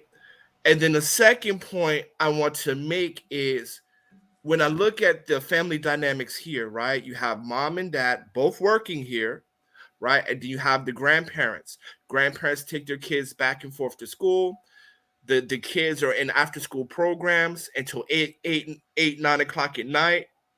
They come back here. Dad looks over the homework. Chinese moms are always talking to the teachers. Saturday morning at 6 a.m., the mothers are driving back and forth in Teslas to whatever the kid has going on. Highly demanding. Kid, like, I run an educational company here. Parents will text me 1 o'clock in the morning about their child progress, because we do educational events and we help kids go to the US, right? Parents will text me 1 o'clock in the morning like, hey, what's the progress with my kids? Extremely highly invested in their children. We don't see any of that in our communities. So I take to wonder, I'm like, so if I want to get married and things like that, everybody's talking about submission. I'm worried, are you even qualified to be a good mom? God damn. But there we are. We're back again to how were they raised? Because these are all roles that you have to be raised for. You don't just hop on Google, how do I be a wife? Like it don't work nowhere. But let them tell it. You know what I'm saying? Fam, yeah, I mean, that should be the real conversation. Like rest in my femininity, whatever that means, right? The point is like, are you, number one, are you going to be there? Is duty more important than happiness, right? Do you know how to take care of your child when you're sick? Are you going to be comfortable having your teachers' phone numbers, texting them 1 o'clock in the morning because the kid, our child needs help in some kind of academic whatever, right? Are we going to go to parent teacher conferences without fail, missing none? Getting our kids into sports and being demanding when they want to quit. You don't think Kobe Bryant didn't want to quit? His father flew Kareem Abdul-Jabbar to Italy to train him. You don't think Venus and Serena ever said, I don't want to do this no more? And their parents just said, okay. No. You think Tiger was like, Dad, I'm tired of hitting golf balls at 10, 12 years old in the rain? I'm pretty sure every kid said I wanted to quit. You think Michael Phelps' mom said Michael Phelps never told his mom he wanted to quit at 12 and 15 in the Olympics? Come on. But see, we're back again to how again it's the plantation culture rearing its head. The children are seen as financial liabilities rather than financial investments. They don't Right. understand that they need to invest in children, not quote pay for them.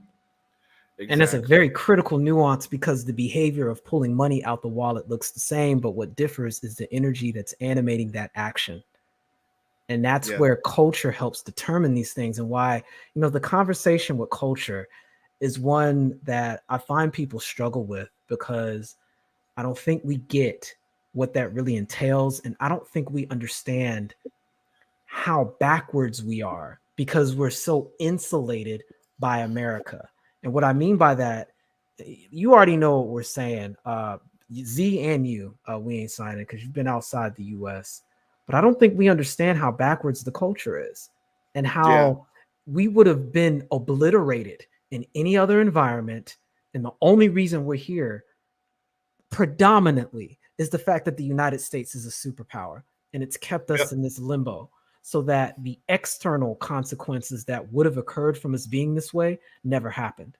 So we're this Yep. strange science experiment that was allowed to exist. And I Yeah. think I that mean, window is going down in the fourth industrial wave, and we're I seeing the think so results too, of it now. because I think it's too expensive, right? It's just too expensive to keep this thing going. Yeah. Right. It's just because the thing about it is, like, for example, I'll give you a story, right? Because the reason why I named myself Swim Champ before is because I used to swim. My father, my father, yeah, I used to That swim was all anticlimactic, though. right. My father was a warrior. My mom was a sorcerer. So my grandfather used to be in the Navy. He was an excellent swimmer and all that. So I was swimming at the YMCA once, Mhm. and the coach was like, and I'm 13, and I'm 6 feet even at 13. So Wow. the swim coach looked at me and he said, "Oh, like, where does he swim?" And then my father was like, "No, he never swum before." So my father and my swim coach talked, and then my father asked me, "Do you want to swim?" And I told him no. My father walked me outside in November in Philly, cold as shit, outside for an hour and a half, and would not let me say no. He kept talking and talking and talking to me to convince me to swim. Also, my father was extremely stickler on grades. In 8th grade, he asked me to write letters to all my teacher asking for additional homework. Every night when he comes home from work, when I was living with him, he would check my homework. And even when I lived apart from him, he would check my homework. He give me extra assignments, gave me educational assignments on the in summer, right? Now, he paid for the swim for me to be on the swim team. Now, in the beginning, he would pick me up from school, he would take me to swim class, and then he would take me home. But after a while, he stopped, and I had to go to swim class on my own. Then I had to, I mean, swim the swim team on my own. Then go back on my own. So I quit because my father didn't put in the time, but my father consistently put in the time with me with my education. And that's why I only made it to Junior Olympics and not the Olympics when I swam. And I made it to, a prestigious university after high school because my father was on my ass consistently and spent time with me on my education and was highly demanding on my education. But if my father would have picked me up from swim class, dropped me off from swim class, I would be in the Olympics because I was good enough. I had the right height, right? Because at 17, I was 6'4", right? Wow. 6'4", 200 pounds. I had the right height, right body type, and I was pretty good. And if my father, because when my father was there and saw me swim, I swam better because I did not want to disappoint him. When he wasn't there, I was just like, whatever, right? But And he that's did not crazy put the because normally time. we don't have the bone density like that other groups have. So it's rare to find one of us in that kind of sphere in the first place. So you'd Yeah. have been pretty big. So, but my point is, it's just that when we look at our children, you have to put the time in, because I did well in school because my father put the time in. He was extremely demanding, and he was there. He stayed up with me to 2 o'clock in the morning doing a program, doing the different academic exercises. And when I wanted to quit, that wasn't an option. but he just threw me to the wolves in swimming. I'm traveling back and forth in 0 degree weather coming out of the pool. Black people don't do that. Right. I'm the only black person there. I'm coming out of the pool. I get sick. I get pneumonia, right? And it wasn't bad. It lasted for 2 days as a child, right? And so I was like, I want to quit. So my mom was like, okay, quit. You got sick, right? But if my father was going back and forth with me to swim to the swim meets, I would be swimming. I would be swimming, right? So the point is we so the point going back to that is parenting, right? You got to put in the time. It can't just be a bill, And right? that's Because what my father put his time in is what I became, right? What my father and mother put, because my mother is also a teacher, and she was a stickler on education as well. So they both put high emphasis on education. So that's what they put on me as a child. So that's what I became. Even now, I own an education company because that's what the time they put in with me, right? The time, not the expenses, but the time. And that's universal, right? So the conversations not only should be about being submissive, is about, can you put the time in with your family more than your work? But that's where we go back into the investment. And again, because of our value system, we're back to those bottom two levels. You're eating and you got a roof over your head. And that's pretty much the mantra in the Ados tribe. And honestly, other cultures find that as abuse. And we don't understand backwards. Yeah, I mean, you give that to a dog. In a lot of instances, the dogs get more than we do, especially black boys. But I mean, attention, yeah, attention, love, and affection. Yep. I mean, you say that, but then the narrative is, we're running around here as, masters of the universe, and everybody's Idris Elba in the black community. And any mention of anything that black boys could be using is complaints. Like, got some work to do, fam, and the people are going to be wondering why folks are going to start having relationships with apps and shit like that. Like, this is Yeah, that's here. That's Real here. quick. That's the point. So the 2 points I wanted to touch on that I ain't signing or we ain't signing mentioned earlier. One, the Christianity during slavery, that was the whole point, was to neuter a lot of that ambition, a lot of that want for freedom. And so you just saw it like follow outside of the context of slavery. That's number one. Number two, I think the reason why this um, model of ADOS has been kept alive outside of what Nameless did, and it is an experiment, but the experiment is now outside of the laboratory, right? So it's outside of it's not confined to ADOS anymore, and we're watching this eat into different communities here in the US and definitely outside of the US. So I think it's almost like 28 Days Later, where it was supposed to be contained within the Black ADOS community or whatever Black people came in contact with the ADOS community, but obviously that's not how viruses work. So now it's gone mainstream essentially, and so I think we outside of some of the prescriptions, I would say, that Nameless and you have described, I don't really think people really have an answer, because I don't really think people know what's going on and care to know what's going on. Once again, like we were saying earlier, when we describe the environment currently and what's coming down the pike, the potential environment if we don't get it together like yesterday, people look at you strange, like you're some type of like tinfoil hat wearing conspiracy theorist, because they just don't. Once again, if you're a fish, do you know you're swimming? They just don't see it that way. They don't even understand what's really going on. When they look at their cell phone, they don't realize that only took about 30 years, 40 years. Well, 40 years, right? They don't understand that only took 40 years from going from a brick with a flap over the numbers, if even, not even in the beginning, to this little supercomputer that connects you to. I'm literally on the cell phone with you guys right now. Like I'm in South Florida. Nameless, where you're in Texas, like in um we're in China, and you're in China. Like they don't understand. they interact with it without fully grasping what that is and how exponential growth demands that that type of technology is going to get even crazier, and then that's also going to affect the way they interact with each other and socialize with each other, and even how they see themselves as a human being. Fam, they're Go ahead. already working with implants that people are getting to do everything you're doing on your cell phone with a brain implant. Shout And they're out to just Elon Musk. working on the heat sinking and some of the side effects of that. But that is going to have a change in someone's neurology. Our Yeah, but brains I think operate on a use it or lose it system. Can you imagine all of the social neurological connections that are about to go bye bye with that?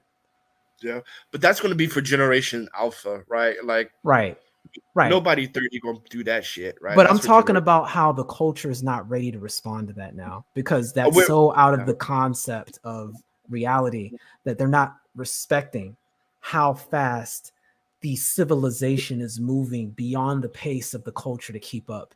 And there's people who are already, pretty up to speed that are also falling behind. And if they're falling behind at the top 1%, fam, yeah, we're all the way at the bottom with this pseudo culture that's in shambles, and we're trying to make it work.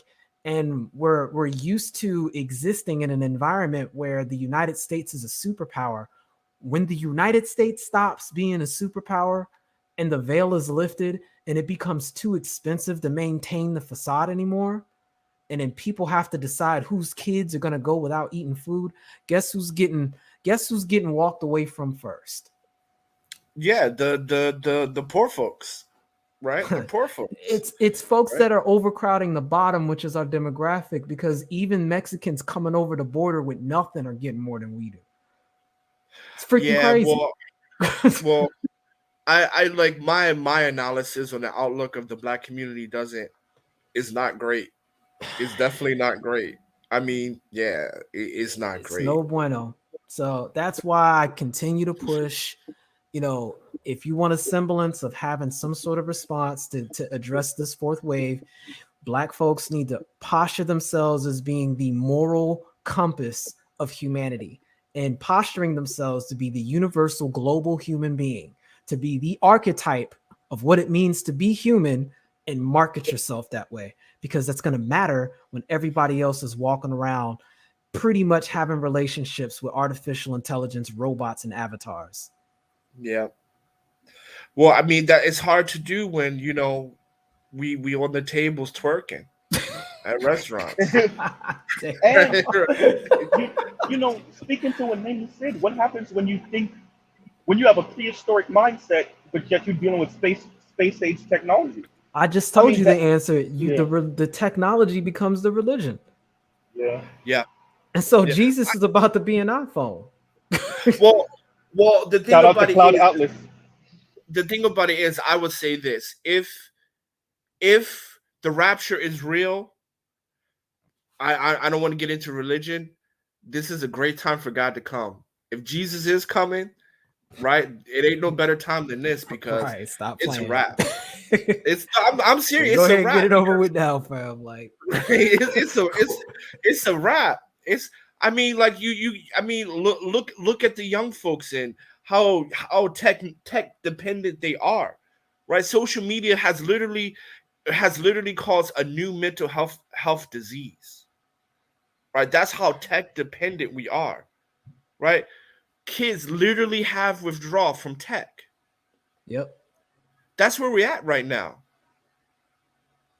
So I mean, if there is a rapture, especially for black folks, man, this would be the time.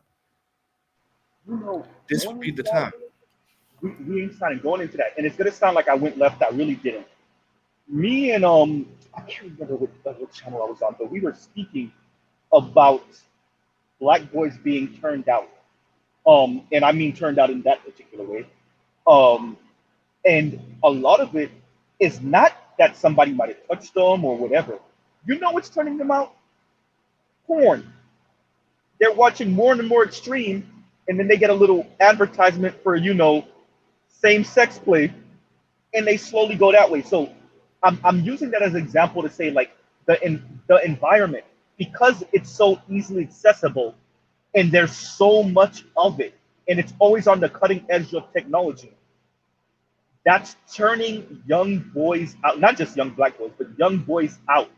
So a normal heterosexual straight boy watches so much porn that he then ends up watching, rainbow flag waving porn, and it has an indelible effect on his prepubescent mind that he might even actually engage in that after a while. That's how crazy this technology is getting, right? And I'll pause right there. I still think you can even just stick to ground zero baseline.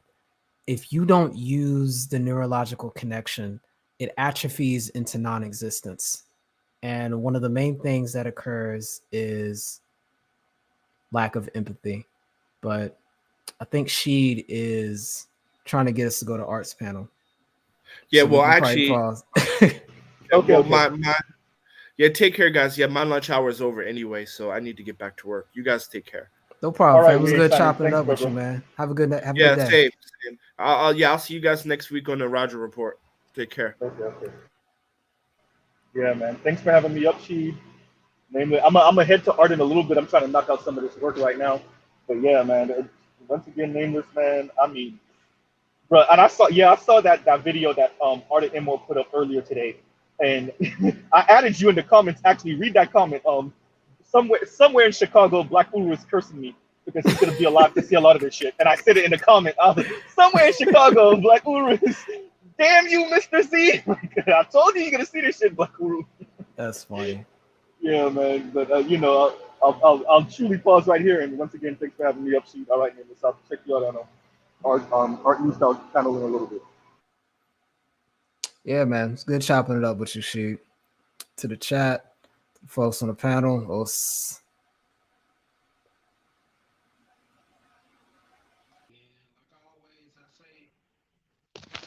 Like always, I say we here and we gone, man. Check out art.